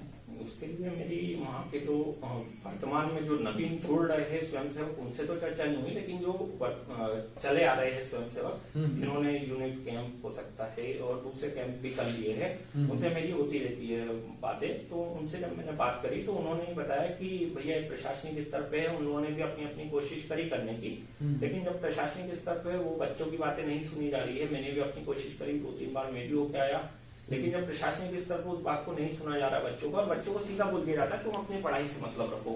अच्छा। बच्चा करना भी चाह रहा है तो आपको जब बोल दिया जा रहा है पढ़ाई से मतलब रखो, तो बच्चा भी एक हद तक देखता है, उसके बाद वो भी खुद बैक हो जाता है कि यार क्या करूंगा मैं। सही है। क्योंकि हम लोग भी इतना जोर नहीं लगा सकते, क्योंकि हमें भी आज तो ठीक है, कल को ये बोल दिया जाएगा कि अब आप इस कॉलेज के नियम को इतना वो कर रहे हो, तो हम लोगों को भी अपना जो कदम है वो बड़ा सावधानी से रखना पड़ता है कि हमें कहाँ जाके क्या बात करनी है। क्योंकि कभी हम जाके एकदम से खड़े हो जाए कि नहीं आप एनएसएस करवाओ, तो बोल देंगे तुम हो कौन। पहले थे एनएसएस, तुम्हारे टाइम पे बहुत एनएसएस चल रही यहाँ पे, फ्लैक्स लग गए बड़े बड़े, सब हो गए। लेकिन आज के दौर में बोले नहीं करना हमें, हमने बात करने की कोशिश करी, लेकिन वहाँ कोई प्रशासनिक स्तर पे जिम्मेदारी लेने को तैयार नहीं है, और जो जिम्मेदार है वो भी अपनी जिम्मेदारी का निर्वहन नहीं कर रहे, तो फिर उसके लिए हम सिर्फ कोशिश कर सकते हैं, उसके अलावा तो कुछ नहीं। और हमने वर्तमान के जो विद्यार्थी स्वयंसेवक है उन लोगों से भी बात करी, उन्होंने भी अपनी कोशिश करी है, लेकिन कह सकते हैं कि वो उसका कोई नतीजा अभी तक नहीं निकला है, इसलिए बहुत सारी चीजें वहाँ सफर हो रही है। और जो नए स्वयंसेवक है उनका तो उन्मुखीकरण नहीं हो पाया, तो उनसे तो बात करने से मतलब ही नहीं, क्योंकि उन्हें तो एनएसएस ही नहीं पता होगी अभी तक की होती क्या है, तो उनसे हम बात करके करेंगे क्या। ये भी सही है। आप कुछ सलाह देना चाहेंगे अपने जूनियर्स को कि वो कैसे बेहतर कर सकें? मैं अपनी तरफ से, सौरभ भाई ने जो बात करी कि प्रशासनिक स्तर पर और स्वयंसेवकों के स्तर पर एक जो गैप है जी, तो मैं आपके इस प्रश्न के जवाब में सिर्फ इतना कहूंगा कि प्रशासनिक स्तर की जवाबदारियां अलग हैं और प्रशासनिक स्तर की मजबूरियां भी अलग हैं। अच्छा जी, वो उनका स्तर है। और रही बात स्वयंसेवकों की, तो स्वयंसेवकों के अंदर ये ललक होनी चाहिए कि हमको एनएसएस करना है, कोई भी कार्य करना है जी। क्योंकि हमने कई विद्यालय महाविद्यालय में देखा कि लेक्चर नहीं होते, सिर्फ कहने के लिए लेक्चरर होते हैं, लेकिन लेक्चर अटेंड नहीं होते हैं। नहीं होते तो विद्यार्थी पढ़ना छोड़ देता है? नहीं, पढ़ता है ना, एग्जाम देता है, एग्जाम में पास भी होता है। तो ये स्वयं सेवकों को खुद से भी ये देखना पड़ेगा कि हमको अगर राष्ट्रीय सेवा योजना करना है, हमारा व्यक्तित्व का विकास करना है, तो हमको अगर महाविद्यालय स्तर पर नहीं हो रहा है तो बाहर जो कार्यक्रम होते हैं, एनएसएस का हो या किसी अन्य गतिविधि का हो, उनमें सहभागिता करें। उनमें सहभागिता करेंगे तो एक अलग पहचान दिखेगी, अपना अलग एक व्यक्तित्व बनेगा कि इस कार्यक्रम में ये व्यक्ति इस महाविद्यालय से आया था। तो एनएसएस एक ऐसी चीज है कि अगर आप दूसरे महाविद्यालय में भी अगर आप कोई कार्यक्रम अटेंड करते हैं तो आप एक नजर में आ जाते हैं कि ये स्वयंसेवक सक्रिय है और इसका व्यक्तित्व विकास ये चाहता है स्वयं का। तो आप जब नजर में आएंगे तो किसी और महाविद्यालय में कार्यक्रम होगा, अगर यूनिवर्सिटी में कार्यक्रम होगा या स्टेट लेवल पे कोई कार्यक्रम होगा, आपको वहां बुलाया जाएगा, आपका व्यक्तित्व विकास होगा। और एक दूसरी चीज मैं ये कहना चाहूंगा कि आज के एनएसएस में नवीन कॉलेज को देख लो या किसी अन्य कॉलेज को देख लो, सिर्फ एक गैप जो है वो यही है जो मैंने पहले कहा था कि अगर आप ओरिएंटेशन प्रोग्राम करा रहे हैं, उन्मुखीकरण करा रहे हैं, तो आप किसी से परिचय कराइए उनका। आप महाविद्यालय में अगर आप पीओ स्वयं या कोई प्रिंसिपल या कोई अगर किसी स्वयंसेवक को या किसी समूह को, किसी यूनिट को अगर ये एनएसएस बोल के बताएगा तो उनके दिमाग में उतनी चीज नहीं आएगी, वो तो डायरी से पढ़ सकते हैं। तो एनएसएस जब उनके दिमाग में आएगी हमको एनएसएस करना है और एनएसएस से क्या फायदे हैं हमारे जीवन में, हमारे व्यक्तित्व में, वो जब किसी को देखेंगे, जैसे हम जब एनएसएस में आए थे हमने आदरणीय राहुल सर को देखा था। जी बिल्कुल, मुझे याद है कि एक विज्ञान ट्रेन चलाई थी सरकार ने, भारत सरकार ने, मुझे अच्छे से याद, साइंस एक्सप्रेस एक चलाई थी। सबसे पहले इंट्रोडक्शन मेरा राहुल सर से वहां पर हुआ था, इटारसी जंक्शन पर। हम हमारे विद्यालय से गए हुए थे क्योंकि इटारसी हमारे विद्यालय से नजदीक था, 7 किलोमीटर, तो हम गए थे वहां पे। मेरा पहला इंट्रोडक्शन राहुल सर से हुआ था और वहां पे जब मैंने देखा कि सर ने एनएसएस का बैच लगाया था और हम लोग भी एनएसएस का बैच लगा गए थे, वहां से मैंने हमारे दिमाग में वहीं से, हमारे दिल में वहीं से आ गया था कि हमको एनएसएस करना है। हाँ। हमने क्योंकि राहुल सर को देखा, आप राहुल सर को नहीं देख सकते, किसी को भी देखिए जिसने एनएसएस किया है उसको समझिए। महाविद्यालय स्तर पे अगर आपकी बुनाई हो रही है तो आप आगे स्तर पे, आप यूनिवर्सिटी स्तर पे बोल सकते हैं कि हमारे महाविद्यालय में एनएसएस की गतिविधियां नहीं हो रही हैं। तो अगर वहां पे अगर प्रशासनिक स्तर पे अगर पीओ की कमी है या किसी की है तो वो प्रशासनिक तौर पे उसको सॉल्व किया जाएगा। लेकिन तो मेरा जो आपने 2 चीजों का जिक्र किया कि स्वयंसेवक अगर महाविद्यालय स्तर पे गतिविधियों में नहीं कर पा रहे हैं तो और भी अलग अलग लेवल हैं, अलग अलग वो हैं जिसपे वो कार्य कर सकते हैं। तो इसी से जुड़ा मेरा ये प्रश्न है कि जब हम स्वयंसेवक स्तर पे होते हैं महाविद्यालय में, हमारी लीडरशिप दिखाने का सबसे बड़ा पैमाना ही हमारी जो बुनियाद कहते हैं अपनी पिच, वो महाविद्यालय होता है। और हम कितने बेहतर लीडर हैं ये इसी बात से तय होता है कि भाई आपके महाविद्यालय में कितनी एक्टिविटी हो रही है, क्या ओरिएंटेशन, जैसा सौरभ भैया ने जिक्र किया, ओरिएंटेशन प्रोग्राम हो, कैंप्स लग रहे हैं, तो अगर यही सारी चीजें नहीं हो रही हैं तो क्या मतलब दुनिया भर में अगर वो अपनी लीडरशिप दिखा के आ जाए? लीडरशिप आप जब बाहर किसी प्रोग्राम में जाएंगे आप लीडरशिप नहीं दिखा पाएंगे अपनी, जी। आप वहां सिर्फ सहभागिता करेंगे। चूंकि आप सहभागिता करेंगे तो आप किसी की नजर में आएंगे जी। वहां पे अगर आपकी एंट्री भी होगी तो आपका एक नाम रहेगा कि मान लेते हैं हमारे महाविद्यालय की बात करते हैं, नवीन महाविद्यालय से, जी। मैं नवीन महाविद्यालय से हूँ, मैं आपके महाविद्यालय में अगर किसी कार्यक्रम में जाता हूँ या किसी बाहर प्रोग्राम में जाता हूँ तो मैं मेरी सहभागिता वहां होगी। तो जो बड़े लेवल से बोले तो यूनिवर्सिटी से राहुल सर आएंगे, आदरणीय सक्सेना सर आएंगे, या जो भी अधिकारी आएंगे उनकी नजर में रहेगा कि इस महाविद्यालय से ये स्वयंसेवक आया है। और अगर उस स्वयंसेवक से उस टाइम पे वार्तालाप हो गया किस्मत से जी। तो उनकी जानकारी में उसी टाइम आ जाएगा कि इस महाविद्यालय से ये स्वयंसेवक आया है लेकिन इस महाविद्यालय की कोई भी गतिविधि नहीं हो रही है, तो उनके दिमाग में जब ये बात रहेगी तो वो अपने स्तर से उसको सॉल्व कर देंगे जी। और आपने जो बात कही कि महाविद्यालय स्तर ही हमारी बुनियाद है, ये बिल्कुल सही बात है। लेकिन अगर हमारी बुनियाद कमजोर है और अगर हम उसको मजबूत करना चाहते हैं तो हम किसी का सहारा ले सकते हैं उसको मजबूत करने के लिए। जो दूसरी बात कही, जो बात सौरभ भैया की बातों में भी था कि जो लोग ओरिएंटेशन प्रोग्राम में एनएसएस समझाने का दायित्व जिनका होता है, जो गेस्ट के तौर पे बुलाए जाते हैं, वो लोग उस तरीके से प्रभाव नहीं बना पाते हैं एनएसएस के प्रति, या एक शब्दों में कहूं तो वो भौतिकता दिखा के आ जाते हैं, आरडी हो, अवार्ड्स हो, कैंप्स हो, उन सारी चीजों के लिए। तो ऐसे स्वयंसेवक जिन्होंने एनएसएस को जिया हो, ऐसे स्वयंसेवकों को महाविद्यालय, उनके स्वयं के महाविद्यालय, दूसरे महाविद्यालयों की तो बात नहीं करें हम, स्वयं के महाविद्यालयों के कार्यक्रम अधिकारी उनको अपने यहाँ ओरिएंटेशन प्रोग्राम में आमंत्रित क्यों नहीं करते हैं? देखिए ये आपने जो प्रश्न किया, ये जो एक गैप है स्वयंसेवकों में जिनने अच्छा किया है, हाँ। उनमें और उनके स्वयं के महाविद्यालय के पीओस के बीच में जी। कि पीओस एनएसएस को एक स्कीम जो है ना वो सिर्फ स्कीम ही मानते हैं कि इस साल हमने इस यूनिट इस सेशन के बच्चों को एनएसएस में रखा है, इनका एनएसएस हो गया है, ये पास आउट हो गए, हमारा काम खत्म जी। इसलिए जैसे हम नवीन महाविद्यालय से हैं दोनों, हमारे पीओ ने हमें नहीं पता कि हमारे महाविद्यालय से निकलने के बाद कभी हमको ओरिएंटेशन प्रोग्राम में बुलाया हो कि आप आइए, कभी किसी एक को बुला लिया होगा, किसी को नहीं बुला। आप आखिरी बार कब गए थे? मैं आखिरी बार 2016 में गया, उसके बाद नहीं गया, 15 में पास आउट हुआ, 16 में गया।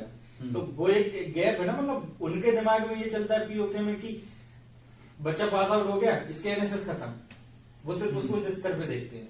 तो ये एक गैप है। तो मैं आपके माध्यम से ये कहना चाहूंगा कि ये आदरणीय राहुल सर को और सक्सेना सर को इस बात को नोट करके सारे पीओ को, सारे महाविद्यालय विद्यालय में एक मैसेज डालना चाहिए कि आपके यहाँ ओरिएंटेशन प्रोग्राम होता है तो आप हमें नहीं बुला सकते, हमसे मतलब कि राहुल सर को, सक्सेना सर को या किसी को नहीं बुला सकते, तो आप उन स्वयंसेवकों को बुलाएं जिन्होंने एनएसएस को किया है और अच्छे ढंग से किया है। अच्छा सौरभ भैया, आपका क्या मानना है इस बात में कि जैसा कि तेराम ने बोला कि वो उन बच्चों को बुलाया जाए?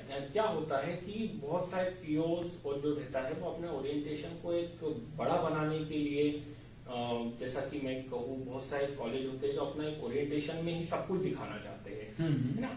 ओरिएंटेशन के एक बीच में मैंने सुना भी था, शायद कहीं कहीं अप्लाई हुआ कि 2-3 स्तरों पे ओरिएंटेशन हो रहा था कि पहले कॉलेज के पुराने बच्चों को बुलाया जाए, फिर थोड़ा और पुराने बच्चे अवार्डीज को, और बाद में फिर राहुल सर को। ऐसा किसी स्तर पर मैंने सुना था कि इस प्रकार से 3 स्तरों पे ओरिएंटेशन हो रहा है। जी बिल्कुल। तो इस प्रकार का जो ओरिएंटेशन था, ये मैंने सिर्फ एक ही साल सुना, उसके बाद से मुझे अभी वर्तमान के परिप्रेक्ष्य में क्या है उसका नॉलेज नहीं है। लेकिन ये वाला जो ओरिएंटेशन था ये बहुत कारगर होता, लेकिन इसको किस प्रकार रोका गया, ये कोरोना के कारण इस साल संभव नहीं हो सका। ये बहुत जरूरी है कि आप अपने कॉलेज के जो पुराने बच्चे हैं उनको ही बुलाइए, भले से उनके पास में कोई भौतिक उपलब्धि ना हो, लेकिन उन्होंने कभी एनएसएस सही ढंग से किया है। तो मैं अपने परिप्रेक्ष्य में, तेईराम के परिप्रेक्ष्य में नहीं बात कर रहा, मैं किसी भी कॉलेज के परिप्रेक्ष्य में बात कर रहा हूँ। जैसे मैं भेल कॉलेज में जाऊँ तो भेल कॉलेज में एक आदरणीय दिलीप भैया थे जिन्होंने एनएसएस को बहुत अच्छी करी थी। उसके बाद में एक मेरे साथी थे शुभम राजवेद्य करके, उन्होंने बहुत अच्छी एनएसएस को करी थी। या अन्य किसी महाविद्यालय में चले जाओ, जैसे अपना नूतन कॉलेज की बात हो, जी। वहां पे भी हमारे मेरे साथ की कुछ स्वयं सेविका थी जिन्होंने बहुत अच्छी एनएसएस करी, भले से उनके पास कोई भौतिक उपलब्धि नहीं थी, जी है ना, लेकिन उन्होंने एनएसएस को इस तरह से करी थी कि कभी वो बच्चों के सामने बताते तो और ज्यादा संख्या में बच्चे जुड़ते, क्योंकि सिर्फ एक भौतिकवाद उनके सामने प्रस्तुत नहीं होता, उनके सामने ये प्रस्तुत होता है कि किस प्रकार आप अपनी जीवन शैली में परिवर्तन कर सकते हैं।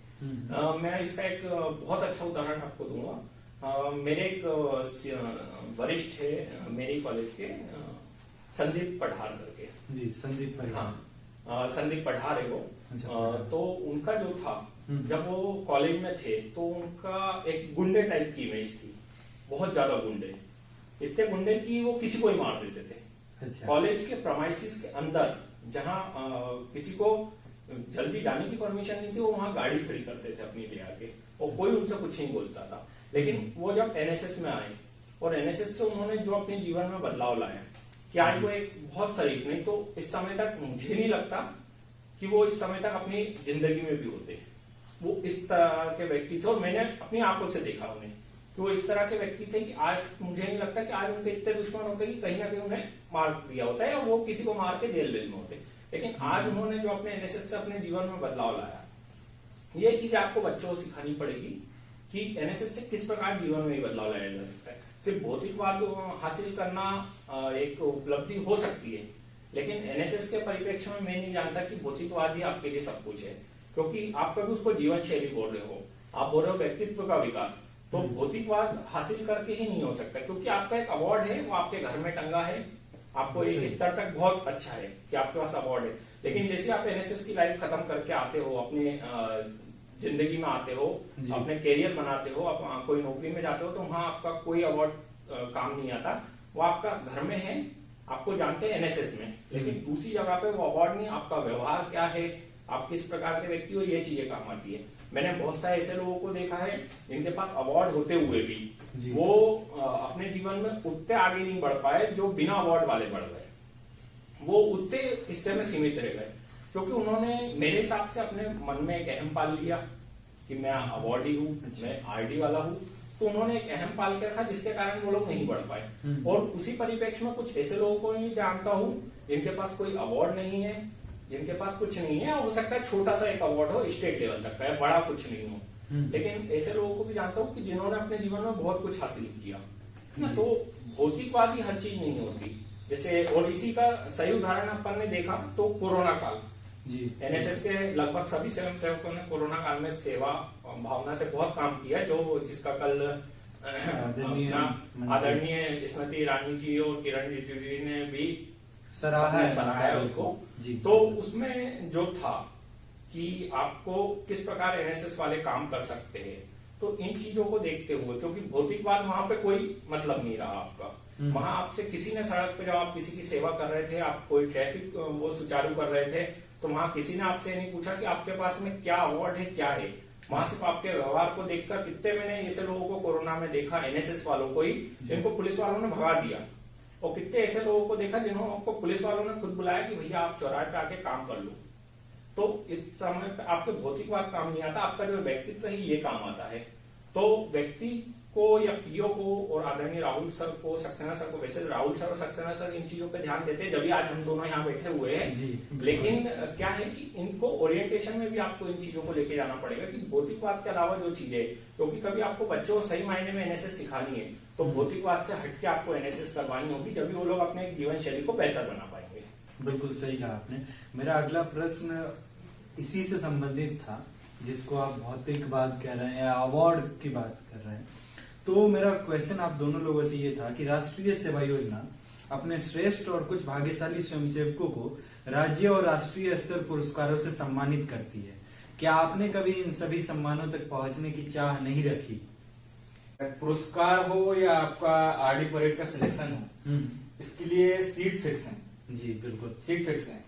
हर साल स्वयंसेवक इतने होते हैं और एक से बढ़कर एक होते हैं। बिल्कुल तो सभी को अवार्ड मिलना और सभी का आरडी परेड के लिए सिलेक्शन होना जरूरी नहीं है। बिल्कुल, और आवश्यकता भी नहीं है कि एक साथ सब चले जाएं, और संभव भी नहीं है। संभव भी नहीं है जी, क्योंकि उसकी सीट्स फिक्स हैं। जी बिल्कुल, आरडी की भी हैं और स्टेट अवार्ड हो या आपका इंदिरा गांधी अवार्ड हो, उसकी सीट फिक्स है। जी। तो वो तो किस्मत में अगर है तो मिल जाता है। और चाह की बात है तो जब मैं विद्यालय स्तर पे था उस टाइम तक मुझे मिल सकता था, मतलब शायद मुझे मिल सकता था, कंफर्म तो मैं भी नहीं कह सकता, क्योंकि ऐसा आपको लगता है? विद्यालय अगर आप अप्लाई ऐसा मुझे भी लगता है और मेरे पीओ को भी लगता था क्योंकि मैं विद्यालय स्तर पे मैंने बहुत कुछ किया था, तो मुझे उस टाइम मिल सकता था। महाविद्यालय स्तर पे आके मैंने आज तक कभी ये चाह नहीं रखी कि मुझे अवार्ड मिले, कभी कोशिश भी नहीं करी, कभी किसी से आज तक मैंने अवार्ड से रिलेटेड फाइल की बात भी नहीं करी। हाँ, आरडी की चाह थी, आरडी का सिलेक्शन दिया, लेकिन किस्मत कहें तो आज तक प्रियारडी में नहीं है। प्रियारडी में गए हैं ऐसे कोर ग्रुप पूरा प्रियारडी किया है, देखा है, स्वयंसेवक के तौर पे, स्वयंसेवक के तौर पे, मतलब प्रियारडी सिलेक्शन देके नहीं पहुंच पाए आज तक। जी, आपने कभी चाह रखी भैया? नहीं, मेरी तो जिस दिन से मैंने एनएसएस शुरू किया था, जैसा मैंने अपना पहले क्वेश्चन में आपको बताया कि सिर्फ मेरी एक ही चाह थी एनएसएस में आने के बाद, मुझे घूमना। जी, मुझे सिर्फ घूमना था। और जब मैंने एनएसएस को सही मायनों में समझा कि इससे किस प्रकार व्यक्तित्व विकास हो सकता, उसी दिन से मेरी अवार्ड की तो चाह मर गई थी कि मुझे चाहिए।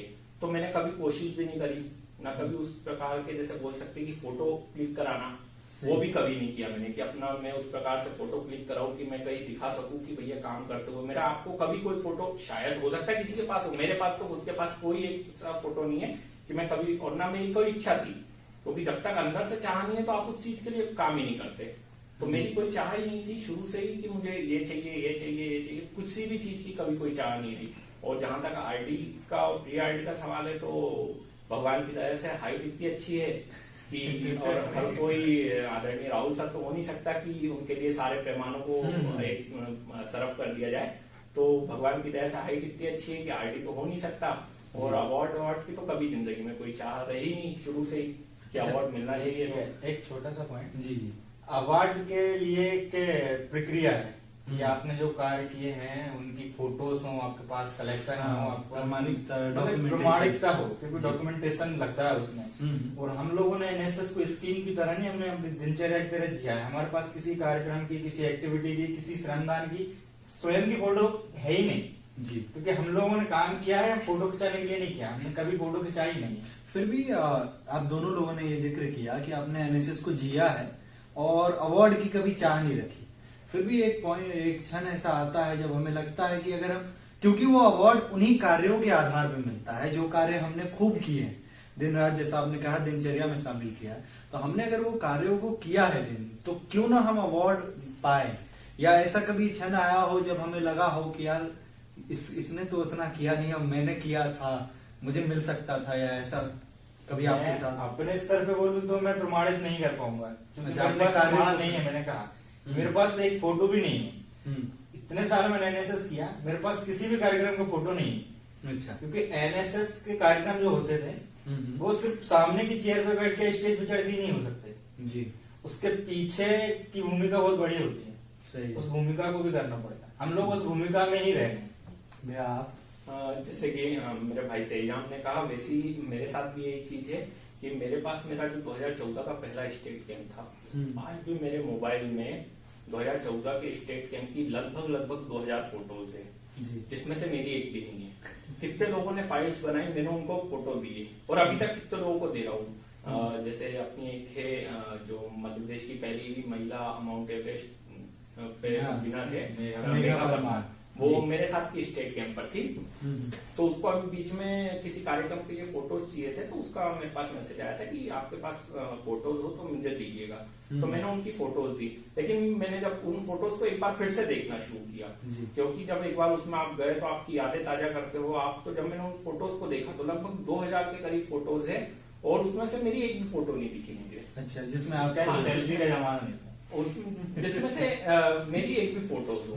तो उस चीज को आप मेरा कभी इंटेंशन ही नहीं रहा कि हमें अवार्ड चाहिए, या ऐसा कभी लगा ही नहीं मन से कि यार। और देखिए क्या होता है, दो चीज होती है कि एक मैंने उन अवार्डियोज को भी देखा है, उन आरडी वालों को भी देखा है जिन्हें बड़े लेवल पे, जिन्हें बहुत लोग नाम से नहीं जानते, लेकिन हम लोग जो है, मैं मेरी परिप्रेक्ष्य में बात करता हूँ, मैं किसी और के तो उसमें नहीं, हमें बहुत लोग नाम से जानते हैं। तो उसी चीज से एक आत्मसंतुष्टि मिल जाती है कि नहीं, मुझे एनएसएस में लोग जान रहे हैं, मेरे लिए फिर कोई मायने नहीं रखता कि वही मेरे पास में- उपलब्धि हो गई आपकी। वही बहुत बड़ी उपलब्धि है कि एक दूर दराज के क्षेत्र के जो कार्यक्रम अधिकारी है, जब हम किसी स्टेट कैंप में कभी कोर ग्रुप से गए और सिर्फ जाते से ही उन्होंने देखा और आवाज दे के बुलाया कि अरे सौरभ इधर आओ, तो वो एक बहुत बड़ी उपलब्धि हो जाती है। वो मुझे नहीं लगता कि कोई अवार्ड से हमें मिल सकती है कि कोई अवार्डी को ऐसा बुलाते हो कि एक दूर दराज छिंदवाड़ा, जैसे एक छिंदवाड़ा के मेरे आदरणीय कार्यक्रम अधिकारी छिंदवाड़ा से भी बहुत दूर है वो, उन्होंने लगभग 2-3 साल पहले मैं एक कैंप में गया था, रात के समय पहुंचा था, तो उन्होंने मुझे आवाज दे के बुलाया। तो वो जो क्षण रहते हैं वो आपको ये अवार्ड की उपलब्धियों से कहीं आगे लेके जाते हैं कि आपके पास एक गर्व करने को होता है कि नहीं मैंने एनएसएस करी है, लोग मुझे जान रहे हैं। क्योंकि मैं नहीं समझता कितने कैंप में ऐसा होता है, शायद आपने भी कई प्रोग्राम में देखा होगा, बहुत सारे लोगों ने देखा होगा कि आदरणीय राहुल सर का वैसे मैं शुक्रिया अदा करूंगा कि वो बहुत सारे उसमें सीधे नाम लेके बुलाते हैं और मैंने बहुत कम देखा कि किसी अवार्डी को बुलाया हो। बहुत बुलाते भी है, ऐसा नहीं है, लेकिन वहां पे प्रोग्राम में लगभग हर प्रोग्राम में कोई राज्य स्तर का प्रोग्राम है या राज्य स्तर का शिविर है तो 10 एक अवार्डी रहते हैं और उनके साथ में कभी आपका नाम लेके आपको बुलाया जा रहा है, तो मुझे नहीं लगता कि फिर इसके सामने आपको किसी प्रकार के किसी पुरस्कार की आवश्यकता है, क्योंकि यही आप में एक आत्मसंतुष्टि बहुत बड़ी हो सकती है। तो भैया इस बात पे जो आप आत्मसंतुष्टि की बात कर रहे हैं और आपने जिक्र किया कि स्टेट लेवल के प्रोग्राम्स में आईडी वालों के सामने आप लोगों को रिकॉग्नाइज किया जाता है, वो उपलब्धि है आपके लिए। तो मैं वापस लौटते हुए स्टेट कैंप की कोर कमेटी पे लौटूंगा। तो हम जब देखते हैं स्टेट कैंप में, जब मेरा स्टेट कैंप था जब रतलाम का, हमने देखा था सितारों की शाम करके एक महफिल होती है जिसमें NSS awardee, state awardee, ID वालों को स्टेज पे बिठाया जाता है, उनके अनुभवों को साझा करवाया जाता है। तो आपको क्या लगता है कि विगत 5-6 वर्षों में जब से आप कोर कमेटी में हैं, कि कोर कमेटी के लोगों को उस तरीके से रिकॉग्नाइजेशन, जो मुझे लगता है व्यक्तिगत कि स्टेट कैंप में वो रिकॉग्नाइजेशन नहीं मिलता है, इस बात पे क्या नहीं, ये तो मैं आपका इस प्रश्न को काटूंगा कि बहुत रिकॉग्नाइज होता है और बच्चों के समक्ष में बात, बच्चों के समक्ष देखिए क्या होता है। आप एक शाम को देख लो या आप पूरे 7 दिन के कैंप को देख लो, है ना। एक शाम के लिए आपने कभी उनको स्टेज पे बिठा दिया और कल आपको कोई नहीं पूछ रहा, वो तो वैसे अंतिम शाम होती है तो अगले दिन का, लेकिन आपको शुरू से 7 दिन से नहीं पूछा, तो किसी को नहीं पता कि आप एक स्टेट कैंप करो। लेकिन जब आप शुरू के दिन ही गए बिना, जैसे मैं मेरे परिप्रेक्ष्य में कभी बात करूं, क्योंकि मैं अधिकतर मेरे परिप्रेक्ष्य में इसलिए बात करूं क्योंकि मैं किसी का उदाहरण इसलिए नहीं दूंगा क्योंकि वो एक निजता का हनन भी होगा एक प्रकार से। तो कहीं मैं मेरे परिप्रेक्ष्य में सिर्फ बात करूं तो जैसे हम गए कैंप में, सागर में कैंप लगा था, उस कैंप में मैं पहुंचा था तो अगले दिन सुबह मैं रात में लेट पहुंचा था, मैं नींद नहीं हुई थी तो मैं सो रहा था। तो राहुल सर ने स्टेज पे से, मुझे अभी भी बहुत अच्छे से याद है, मेरी हल्की सी नींद खुली थी तो राहुल सर ने स्टेज पे से आवाज दी थी कि वो भोपाल से सौरभ आया, वो अभी तक कहाँ है।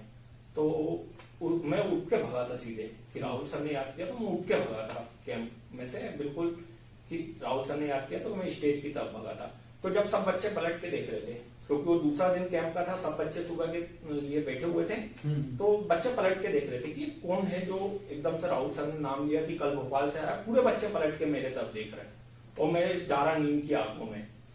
तो ये एक बहुत बड़ी चीज है, क्योंकि 7 दिन बाद आप स्टेज पर कभी जा रहे हो और आपको बताया जा रहा है कि अवार्डी है और अगले दिन तो बच्चे चले आ रहे हैं, वो कोई नहीं जान रहा आपको, लेकिन कभी शुरुआती दिन से आपका नाम लिया जा रहा है वहां पे। जैसे बहुत सारे लोग ऐसे जिनको ऐसे बुलाया जाता है नाम लेकर राहुल सर के द्वारा बहुत सारे शिविरों में, हो सकता है किसी शिविर में आपको बुलाया जाए या बुलाया गया होगा। तो जब आपको बुलाया जाता है नाम लेकर कि तुम इधर आओ, तो जब आपको पूरे 600 बच्चे पलट के देखते हैं तो मुझे नहीं लगता कि वो एक अवार्ड से बड़ा क्षण हो सकता है, क्योंकि वो 600 बच्चे आपको पलट के देखते हैं कि यार ये है कौन सौरभ पुनियाला, ये है कौन तेईराम, ये है कौन केशव जी। क्योंकि बच्चे पलट के देखते हैं। सितारों की शाम तो सिर्फ आखिरी में होती है, बाकी के 7 दिन तो आपको पूरी जनता जानती है ना। उसके बाद जितने भी साल होते हैं वो बच्चे कभी नेशनल जाते हैं, आपको अधिकतर नेशनल के भोपाल स्टैंड से आते, कभी आप जाओ तो बच्चे आपको बाकायदा नाम से जानते हैं, वो आते सबसे पहले आपसे मिलते हैं, वो किसी अवार्डी को नहीं जानते। तो ये आपके लिए एक बहुत बड़ा क्षण होता है और इसके लिए मुझे नहीं लगता कि किसी को ऐसी चाह रख के काम करना चाहिए। अवार्ड मिलना और नहीं मिलना एक अलग बात है, लेकिन इस अवार्ड की चाह में काम ना करते हुए एक अपने व्यक्तित्व को निखारे और दूसरों से एक पहचान बनाते हुए काम करे, ये बहुत महत्वपूर्ण है। बिल्कुल। देखिए मैं इसमें थोड़ा सा कुछ बोलना चाहूंगा। अवार्ड मिलना या अवार्डी, आपने जो कहा कि स्टेट कैंप में एक शाम, शायद आखिरी शाम का आपने हाँ, सितारों की सितारों की महफिल जो सजती है जी। तो, और आपने जिक्र किया कि कोर समूह में आपने इतने दिन काम किया, इतना अच्छा काम किया, तो आपको क्यों नहीं बुलाना चाहिए वहाँ पे? हाँ, उस मतलब महफिल में। ऑर्गेनाइजेशन की सामने कोर कमेटी को भी प्रेजेंट किया जाए तो कि ये हैं पूरे ऐसे। उसका मैं आपको दो कारण बताता हूँ जी। पहला तो जो अवार्डी होते हैं और आरडी परेड रिटर्न जो होते हैं वो प्रमाणिकता है जी और वो सत्य है जी। उसको ठुकराया नहीं जा सकता। क्योंकि एनएसएस में ये चीज है कि आप आरडी जाएंगे आपको अवार्ड मिलेगा, और आप स्टेट अवार्ड में है तो आपको स्टेट अवार्ड मिलेगा, तो आप उसको ठुकरा नहीं सकते। और प्रमाणिकता और कागज पर वही सितारे हैं। और कोर ग्रुप जो है वो मैं कहूंगा कि सिर्फ सर का बनाया हुआ कोर ग्रुप है, राहुल सिंह परिहार सर का ग्रुप है। ये कोई एनएसएस में नहीं है ऐसा कि आप कोर ग्रुप बनाएंगे, और ये कोई ऑथराइज नहीं है जी कि आप स्टेट लेवल पे या नेशनल लेवल पे ये उसको आप स्टेज पे जाके सजा दें कि ये मेरे कोर ग्रुप से सदस्य हैं। तो ये इसलिए नहीं कर सकते। ये एक सर की मजबूरी भी कह सकते हैं कि सर चाहते तो हैं लेकिन एक मजबूरी कहें हम कि वो नहीं कर सकते क्योंकि ये वैध नहीं होगा जी। क्योंकि ये हमारे एनएसएस में नहीं है। और उन सितारों को इसलिए क्योंकि वो प्रक्रिया के अंदर आते हैं कि वो अपने स्टेट अवार्ड लिया है, आपने नेशनल अवार्ड लिया है, आपने आरडी की है, आपने स्टेट का या देश का प्रतिनिधित्व किया है, आप अंतर्राष्ट्रीय स्तर पे गए हैं, तो आपको बुलाया जाए तो एक सम्मान है स्कीम के लिए भी और स्वयंसेवक के लिए भी। बिल्कुल सही है। राष्ट्रीय सेवा योजना व्यक्तित्व विकास के साथ स्वयंसेवकों को सफल करियर बनाने में कैसे सहायता करता है? क्या आपको भी करियर में एक राष्ट्रीय स्वयंसेवक होने की वजह से कोई लाभ मिला है? सर्वप्रथम तेजराम भैया आप अगर बताएं। कि राष्ट्रीय सेवा योजना व्यक्तित्व विकास के साथ साथ करियर में योगदान करता है जी, इस बात को नकारा नहीं जा सकता है। क्योंकि प्रमाणिकता के तौर पर देखा जाए तो हमारे सर्टिफिकेट्स के कुछ वेटेज भी मिलते हैं, एबीसी सर्टिफिकेट से कुछ वेटेज हैं, आपके आरडी के भी शायद तक कुछ वेटेज हैं कुछ सर्विस में जी, तो उसमें मिलता है। और सबसे बड़ा बेनिफिट या योजना का जो मिलता है वो है कि हमारा व्यक्तित्व विकास ही इतना ज्यादा हो जाता है कि आज उसकी वजह से हम यहाँ बैठे हुए हैं जी, और हम आपके सामने अपनी बात रख पा रहे हैं। तो कैरियर में बहुत बड़ा योगदान होता है राष्ट्रीय सेवा योजना। भैया आपके हिसाब से क्या योगदान होता है? आपको एक राष्ट्रीय स्वयंसेवक होने की वजह से कोई लाभ मिला हो? जैसा अभी तेजराम ने आपको बताया, पहली चीज की जो आपके सर्टिफिकेट है उनकी तो एक प्रमाणिकता अलग है, लेकिन राशियों के जो सर्टिफिकेट है कुछ चुनिंदा जो नौकरियां है जो है उसमें ही मान्य है, बाकी का हर जगह नहीं। लेकिन आपका जो व्यक्तित्व है ये हर जगह मान्य होता है। आपके व्यक्तित्व से ही आप सब कुछ है और आपके व्यक्तित्व के बिना आप कुछ नहीं, बिल्कुल है ना। तो जब आपका व्यक्तित्व विकास एनएसएस करता है, राशियों जब आपका व्यक्तित्व विकास करता है तो आप हर जगह पे लोकप्रिय होते हैं एक प्रकार से। मेरे शब्दों में कहा जाए तो आप हर जगह पे एक लोकप्रियता हासिल करते हैं क्योंकि आपका व्यक्तित्व एक आकर्षक व्यक्तित्व राशियों बनाता है। राशियों जब आपका एक आकर्षक व्यक्तित्व बनाता है, आपको बात करने की कला सिखाता है, आपको कार्य करने की कला सिखाता है, आपको यहाँ तक चलने बैठने उठने की भी कला सिखाता है। कभी राशियों सही से करे तो राशियों हर चीज आपको जीवन में सिखाता है और वही चीज आपको करियर बनाने में भी, क्योंकि जो आजकल के परिप्रेक्ष्य में देखे तो जो नौकरियों के लिए साक्षात्कार हो रहे हैं जी, वहां मेरे हिसाब से जितना मैंने देखा है, जितना मैंने समझा है चीजों को, तो वहां आपके जो परसेंटेज है, जो आपकी मार्कशीट से उसका एक महत्वपूर्णता होती है, लेकिन वो बहुत कम होती है जितना आपका व्यक्तित्व होता है। वहां आप किस प्रकार से प्रेजेंट कर रहे हैं, आप वहां किस प्रकार से चल रहे हैं, आपका व्यक्तित्व कितना आकर्षक है, और यही चीजें आपको राशियों सिखाता है कि व्यक्तित्व को किस प्रकार से कितना आकर्षक बनाया जाए। और ये करियर में बहुत वो होता है, महत्वपूर्ण होता है। और बहुत लोगों के जीवन में राशियों के जो हमारे पुराने वरिष्ठ स्वयंसेवक या जो हमारे बात के हैं, हमारे साथ के हैं, उन लोगों के जीवन में बहुत क्षण ऐसे आए होंगे मेरे हिसाब से, और मेरे जीवन में भी आए हैं कि राशियों के कारण मुझे बहुत जगह पे अनेकों प्रकार की उपलब्धियों को प्राप्त किया है मैंने राशियों के अलावा भी। तो आपके माध्यम से, आपके कार्यक्रम के माध्यम से एक बात जरूर कहना चाहूंगा जी, बिल्कुल, कि हम दोनों ने ये बात कही कि कुछ चुनिंदा सर्विस या कुछ चुनिंदा क्षेत्र में ही इसका वेटेज मिलता है। तो आपके कार्यक्रम के माध्यम से मैं ये बात जरूर कहना चाहूंगा कि हमारी सरकार को सेंट्रल लेवल पे नहीं, तो स्टेट लेवल पे एनएसएस को अगर अच्छे से करना है तो एनएसएस का वेटेज कंपलसरी करना चाहिए। हर एक फील्ड में, हर एक फील्ड में करना चाहिए। हर एक सरकारी जो भी नौकरी है, जो भी वैकेंसीज है, उसमें एनएसएस का, एनसीसी का इनका वेटेज रखना चाहिए। जी बिल्कुल। तो एक अलग ही मोटिवेशन होगा और एनएसएस हर विद्यार्थी करना चाहेगा। फिर छात्र एनएसएस को करियर के रूप में भी देख सकते करियर के हैं। रूप में देखेंगे। जी बिल्कुल। मेरा अगला सवाल इसी से जुड़ा हुआ है कि राष्ट्रीय सेवा योजना से जुड़कर छात्र जीवन की उपलब्धियों के अतिरिक्त राष्ट्रीय सेवा योजना ने आपको क्या दिया? राष्ट्रीय सेवा योजना ने सबसे पहली चीज तो भरपूर मनोरंजन दिया जी। भारत भ्रमण तरीके का कराया कि कभी इधर कैंप लग रहा है, कभी उधर कैंप लग रहा है। एक बहुत ही अच्छा मनोरंजन और एक 7 दिन का पिकनिक टूर टाइप हो जाता था कि शिमला जाना है, कर्नाटक जाना है, किसी को असम जाना है। तो एक ये चीज अच्छी थी। और दूसरा कि क्या दिया है, एनएसएस ने तो इतना कुछ दिया है जी। और इतना कुछ प्राप्त हुआ है कि शब्दों में तो बयां करना मुश्किल है जी। तो मैं एक शब्द में कहूंगा कि एनएसएस ने हमें इतना दिया है कि हम यहाँ बैठ के ये बात बोल पा रहे हैं कि हमारे पास शब्द नहीं है बोलने के लिए कि एनएसएस ने हमें कितना क्या दिया है। बिल्कुल सही। सौरभ भैया, आपके अनुसार छात्र जीवन के उपलब्धियों के अतिरिक्त आपको राष्ट्रीय सेवा योजना ने क्या दिया? राष्ट्रीय सेवा योजना ने छात्र जीवन की उपलब्धियों के अलावा, जैसा तेजाब ने बताया, एक तो भिन्न भिन्न प्रकार की संस्कृतियों से अवगत परिचित कराया है मुझे विभिन्न कैंप्स के माध्यम से, क्योंकि राशियो ही एक जरिया था जिसके कारण मैं हिमाचल भी गया।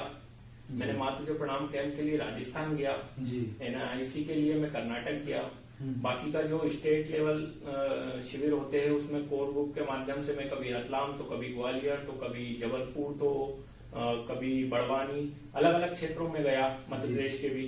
तो उन जगह की जो प्राकृतिक बनावट है, उन जगह की जो संस्कृति है, उन जगह की जो दूसरी संस्कृति है, उनसे परिचित होने का अवसर मिला। दूसरी चीज, राशियो आपको कुछ दे ना दे, राशियो आपको बहुत सारे संबंध देता है, बहुत सारे दोस्त देता है, बहुत सारे यार देता है, और एक परिवार देता है। और ये परिवार आपको बहुत हद तक काम आता है। मेरे जीवन में मेरे कुछ दोस्त है, मित्र है, या बोल दे कि वो बहुत हद तक मेरे बहुत क्लोज लोग हैं जो राशियों के कारण ही आज तक मिले हुए हैं। नहीं तो उनसे मुझे नहीं लगता कि मैं कभी मिल पाता, क्योंकि वो दूसरे स्टेट के भी कुछ लोग हैं उसमें, दूसरे यूनिवर्सिटीज के भी लोग हैं उसमें, क्योंकि कभी मैं राशियों में नहीं होता। तो मेरे हिसाब से तो वो लोग मुझे कभी जिंदगी में मिलते नहीं, क्योंकि मेरा दूर दूर तक उनसे संबंध नहीं था। बिल्कुल। क्योंकि राशियों एक जरिया बना कि मैं गुजरात के लोगों से ही मिला, मैं कर्नाटक के भी लोगों से मिला, मैं पंजाब के लोगों से ही मिला, मैं मध्य प्रदेश के ग्वालियर के लोगों से मिला, जबलपुर के और दूर दराज के क्षेत्रों के लोगों से ही मिला। तो राशियों ने हमें एक ऐसे परिवार से मिलाया है जो अपने आप में हमारे लिए बहुत कुछ है। तो ये तो कह ही नहीं सकते कि राशियों ने हमें कुछ नहीं दिया। राशियों ने हमें अनगिनत चीजें दी है जिसके हम लोग, शायद मैं जब तक राशियों में नहीं था कल्पना भी नहीं कर सकता था, और आज कल्पना करने भी बैठूं तो मेरे लिए तो बहुत कुछ दिया है राशियों ने। बिल्कुल। पढ़ाई पूर्ण हो जाने के बाद अधिकांश विद्यार्थियों का संपर्क राष्ट्रीय सेवा योजना से प्रत्यक्ष रूप से कम हो जाता है, परंतु क्या कारण है कि आप आज भी राष्ट्रीय सेवा योजना से पूर्ण सक्रियता से जुड़े हुए हैं? पहले सौरभ भैया अगर आप बताएं। जैसा मैंने अभी आप लोगों को बताया कि यही एक जो परिवार है जी, यही परिवार के कारण सक्रियता से जुड़े रहने का वो होता है, क्योंकि आज का जो दौर चल रहा है वो इतना फास्ट दौर है कि हम हमारी नौकरी, हमारी पारिवारिक जो अलग जिम्मेदारियां हैं उनसे, या हमारे जो दूसरे काम है उनसे हम समय नहीं निकाल पाते। तो मुझे एक मौका मिलता है कि मैं ऐसे राष्ट्रीय प्रोग्राम में चले जाता हूँ कि जहां पर मुझे इन लोगों से बार बार मिलने का मौका मिल जाता है, या कोई शिविर होता है तो मैं उसमें जाने की अपने तरफ से कोशिश करता हूँ। मैं आदरणीय राहुल सर से, आदरणीय सक्सेना सर से निवेदन करता हूँ कि मुझे उस शिविर में भले से एक दिन के लिए बुला लो, लेकिन मैं चले हूँ कि जो वहाँ कुछ पुराने लोग हैं मैं उनसे मिल पाता हूँ, तो एक परिवार के जैसा वो बन जाता है। तो इसके कारण मैं व्यक्तिगत रूप से बहुत ज्यादा सक्रिय रहने का मेरा एक ही कारण है कि मेरे को कुछ लोगों से जो है मेरा वो राशियों के कारण ही मिले, और वो परिवार के पास, हाँ, परिवार के पास रहने में। क्योंकि आप व्यक्तिगत रूप से आप देखा जाए आज के वर्तमान दौर में तो हर किसी से ऐसा मिलना संभव नहीं हो पाता, लेकिन राशियों एक जरिया है जहाँ पे आप बहुत लोगों से मिल पाते हो जी। इस कारण से सक्रिय रहने का मेरा तो यही कारण है। तेजराम भैया, आपका क्या कारण है कि? देखिए, आपके 2 प्रश्न थे कि विद्यार्थी जीवन खत्म होने के बाद में अधिकतर कम हो स्वयंसेवकों का संपर्क कम हो जाता है। जी।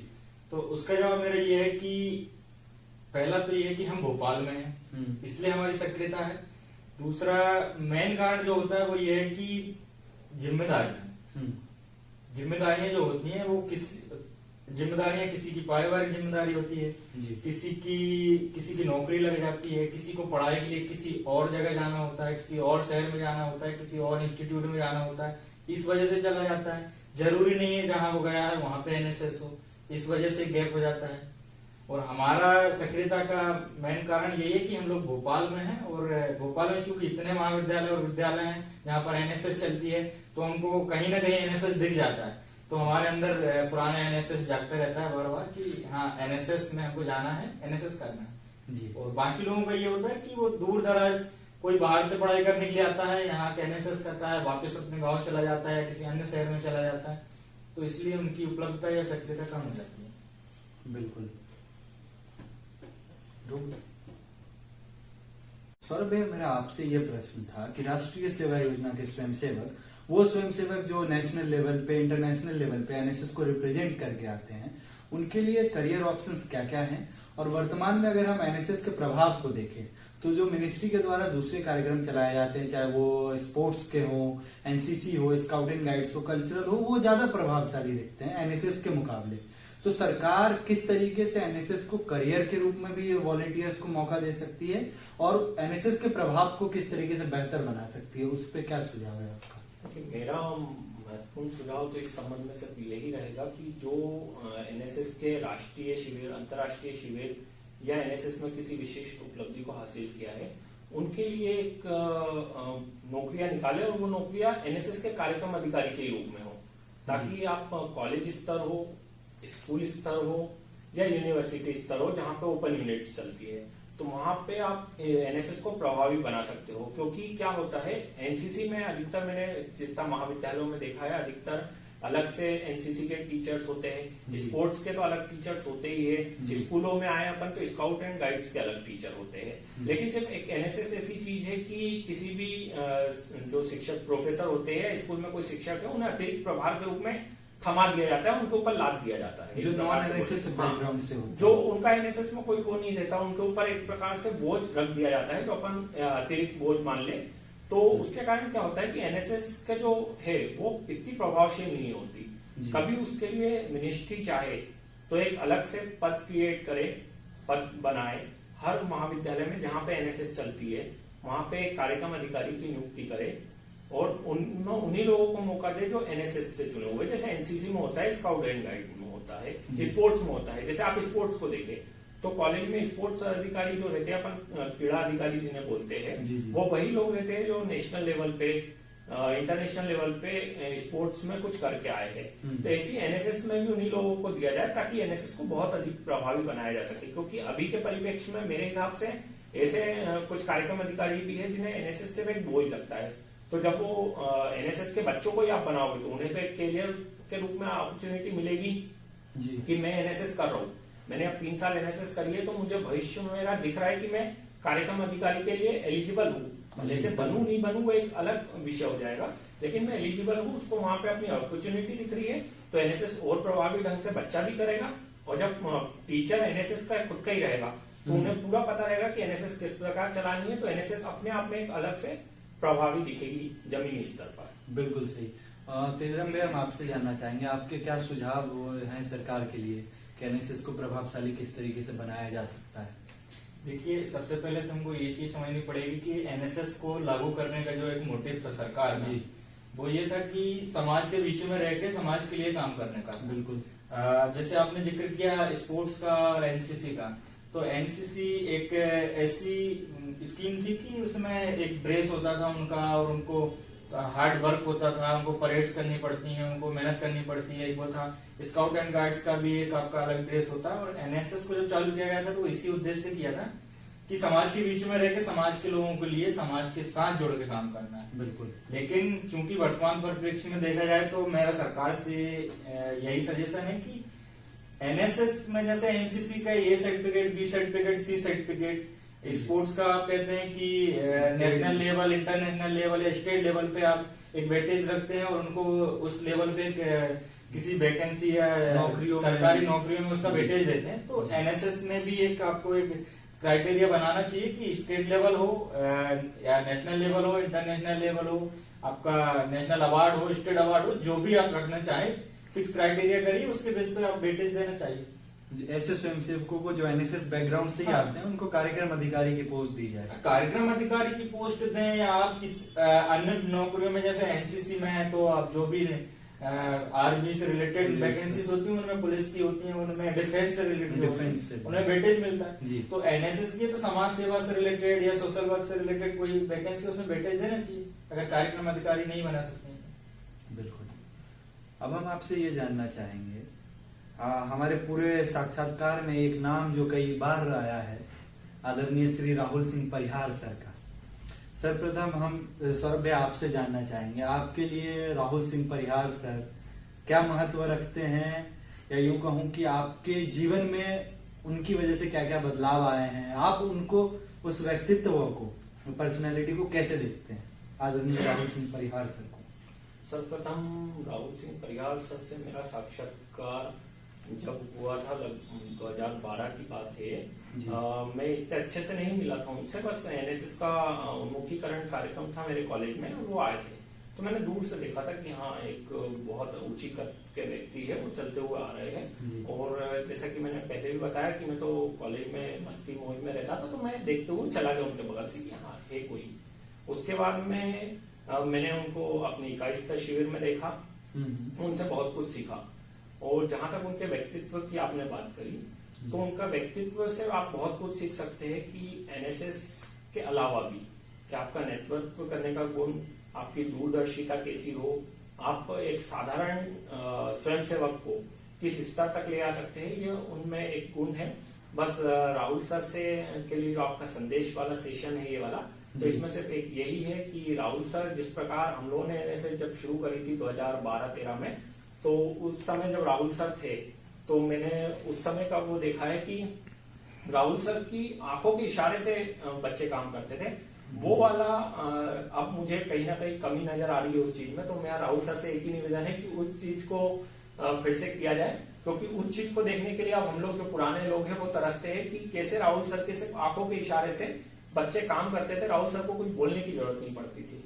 सिर्फ यही मेरा संदेश है, बाकी का कुछ है। जी भैया, मेरा आपसे ये प्रश्न था कि आदरणीय राहुल सिंह परिहार सर आपके लिए क्या महत्व रखते हैं या कितना महत्वपूर्ण है, और उनके व्यक्तित्व के बारे में आपका क्या विचार है? देखिए, राहुल सिंह परिहार सर का मेरे जीवन में जो महत्व है जी बहुत ही महत्वपूर्ण स्थान रखते हैं मेरे जीवन में। चूंकि मैं विद्यालय स्तर से उनको जानता हूँ और आज लगभग 10 साल से ऊपर मुझे हो गया है राहुल सिंह परिहार सर को जानते हुए जी। और सर के व्यक्तित्व से और सर को देखकर मैंने बहुत कुछ सीखा है। मेरा ज्यादा सर से कांटेक्ट नहीं होता है अभी, जब से 2-3 सालों से, मतलब ज्यादा वार्तालाप नहीं होता है या मिलना भी नहीं होता है, क्योंकि मेरी व्यक्तिगत कुछ मजबूरियां हैं और जो भी है उस वजह से ज्यादा मिलना जुलना नहीं होता। लेकिन सर के जो व्यक्तित्व का मेरे ऊपर प्रभाव है जी, वो बहुत ही प्रभावशाली है और उनके व्यक्तित्व को देख के मैंने बहुत कुछ सीखा है। लीडरशिप क्वालिटी कैसी होती है, कैसे आप लीडरशिप को डेवलप करते हैं, कैसे एक लीडर कार्यशैली कैसी होती है, कैसे एक लीडर कार्य करता है, ये सब चीजें मैंने राहुल सर को देख के और उनके साथ काम करके या उनके अंडर में स्वयंसेवक के रूप में कार्य करके सीखी हैं। और राहुल सर का जो व्यक्तित्व है जी, जैसे एक कुम्हार होता है जी, कि वो मिट्टी से जब घड़ा बनाता है तो उसको पता नहीं होता कि मुझे क्या बनाना है और ये किस तरीके का घड़ा बन जाएगा या किस तरीके के बन जाएगा, और वो उसको मिट्टी को गीला करके और उसको ढालता है। ऐसे राहुल सिंह परिहार सर जब किसी स्वयंसेवक से जब मिलते हैं पहली बार तो उनको भी नहीं पता होता है और बच्चे को भी नहीं पता होता है कि आगे क्या होगा, लेकिन इतने ऊंचाई तक, जमीन से आसमान तक का सफर राहुल सिंह परिहार सर किसी एक मामूली सी स्वयंसेवक को करवा सकते हैं। उनका व्यक्तित्व को अगर आप ध्यान से देखेंगे, उनको समझेंगे, तो राहुल सिंह परिहार सर एक कोयले में से हीरा ढूंढने का काम करते हैं। जी बिल्कुल। अब इस साक्षात्कार के अंतिम क्षण में हम आप दोनों लोगों से नवीन स्वयंसेवक जो राष्ट्रीय सेवा योजना में अभी वर्तमान में हैं और जो अभी नए स्वयंसेवक जो जुड़ेंगे, उनके लिए आप एक सीनियर होने के नाते, एनएसएस में एक अनुभव है आपका अपना, उस अनुभव के नाते आप क्या उनको एडवाइस देना चाहेंगे? आपका एक संदेश वॉलंटियर्स के लिए। सर्वप्रथम तेजराम भैया। देखिए, नवीन जो भी स्वयंसेवक जुड़ रहे हैं राष्ट्रीय सेवा योजना से, उनके लिए मेरा सिर्फ एक ही संदेश है कि आप राष्ट्रीय सेवा योजना को एक योजना की तरह ना लें। राष्ट्रीय सेवा योजना जरूर है, लेकिन आपके व्यक्तित्व विकास में बहुत महत्वपूर्ण योगदान रहता है इसका। और राष्ट्रीय सेवा योजना के माध्यम से आप विभिन्न ऊंचाइयों को छू सकते हैं। प्रमाणिकता के तौर पर देखा जाए तो आपको इसमें 3 सर्टिफिकेट मिलते हैं। अगर आप विद्यालय स्तर से राष्ट्रीय सेवा योजना में जुड़ते हैं तो ये सर्टिफिकेट मिलता है। महाविद्यालय स्तर में आपको बी और सी सर्टिफिकेट मिलता है। और आपको प्रमाणिकता के लिए आरडी परेड का सिलेक्शन होता है, जिसमें आप 26 जनवरी पर राजपथ पर माननीय महामहिम राष्ट्रपति जी के सामने अपनी परेड का प्रदर्शन कर सकते हैं। आप राष्ट्रीय स्तर पर सहभागिता कर सकते हैं। विभिन्न प्रकार के इसमें शिविर होते हैं, साहसिक शिविर होते हैं, सांस्कृतिक शिविर होते हैं, आप उनमें सहभागिता कर सकते हैं। आप अंतर्राष्ट्रीय स्तर पर सहभागिता कर सकते हैं। ये एक प्रमाणिकता के तौर पर अगर आप देखना चाहते हैं एनएसएस, तो आप एनएसएस में जुड़ सकते हैं। और मेन चीज जो मैं बोलना चाहूंगा कि एनएसएस आप ये सोचकर सिर्फ ना करें कि ये जो चीजें मैंने अभी आपको बोली हैं कि ये सब हमको मिलेंगी, ये सभी को नहीं मिल सकता है, क्योंकि उन सभी के कुछ क्राइटेरिया हैं, कुछ सीट्स हैं। इस वजह से ये सब आपको मिलना, मैं ये नहीं कहूंगा कि आपको मिल ही जाएंगे।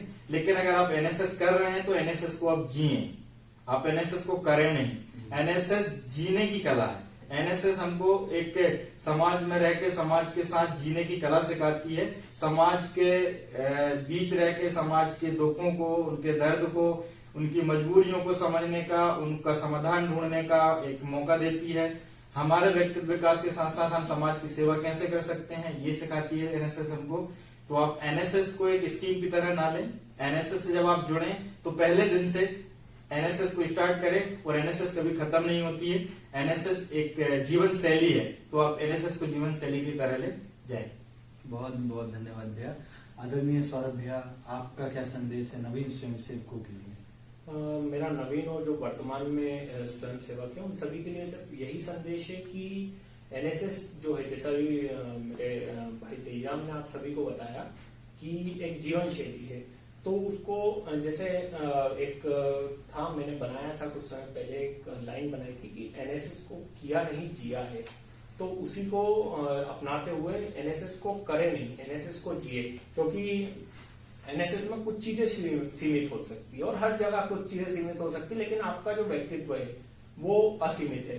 तो उस व्यक्तित्व को आप एनएसएस के जरिए बहुत हद तक उसमें बढ़ोतरी कर सकते हैं, अपने व्यक्तित्व का विकास कर सकते हैं। क्योंकि कभी आप सिर्फ ये सोच के एनएसएस करेंगे कि मुझे कुछ पाना है, तो वो आपके व्यक्तित्व विकास में नहीं होगा, वो सिर्फ एक प्रतियोगी दौर में आपको लेके जाएगा। लेकिन कभी आप एनएसएस को एक जीवन शैली के रूप में अपनाएंगे तो आपको प्रतियोगी, सिर्फ एनएसएस ही नहीं, अन्य जगह की प्रतियोगिताओं में आपको फेस करना सिखाएगा। दूसरी चीज, आप अपने जीवन में एक अलग मुकाम पे पहुंच सकते हैं। जैसे कि आज आप देख सकते हैं कि हम लोग भी यहाँ पे बैठे हुए हैं। हम लोग एक साधारण स्वयंसेवक से शुरुआत करी थी और उसके बाद आज हम आप सबके सामने हैं यहाँ पर। ऐसे ही आप लोग कर सकते हैं अपने जीवन में। बस, धन्यवाद। बहुत बहुत धन्यवाद भैया। मैं आदरणीय तेजराम भैया और आदरणीय सौरभ भैया से अनुरोध करता हूं कि टीम द एनएसएस हैबिटेशन के लिए अगर आपके कुछ सुझाव हों तो हमें प्रदान करें।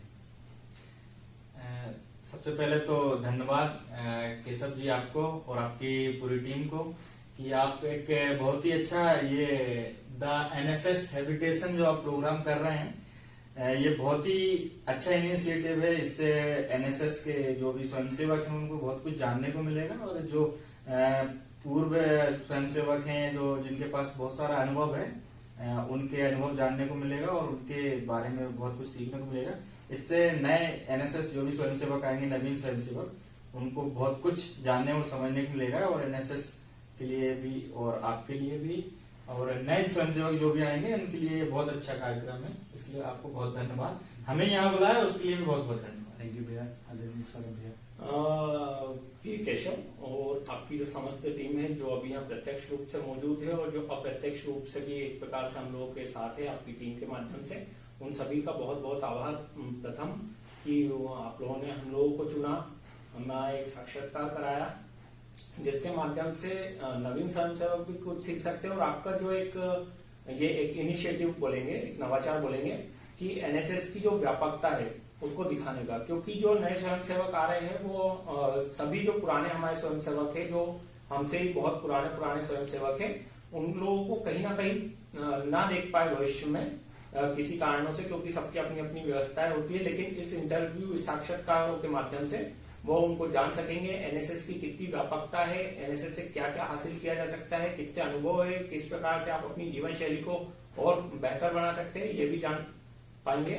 अतः मैं अंत में आप सभी का आभार व्यक्त करता हूँ। धन्यवाद। आप दोनों भैया लोगों का बहुत बहुत धन्यवाद एक सुझाव के लिए और प्रोत्साहन के लिए, हमने जो नवाचार शुरू किया उसके लिए, और एक आभार पूरी टीम की तरफ से आप लोगों के लिए कि आपने इस साक्षात्कार में अपना कीमती समय हमें दिया। हम उम्मीद करते हैं कि नवीन स्वयंसेवक इस साक्षात्कार कार्यक्रम को देखकर जरूर प्रेरणा लेंगे और एनएसएस में नवाचारों के माध्यम से अपनी गतिविधियों को सक्रिय रूप से करते रहेंगे। आप दोनों लोगों का बहुत बहुत धन्यवाद। जय हिंद।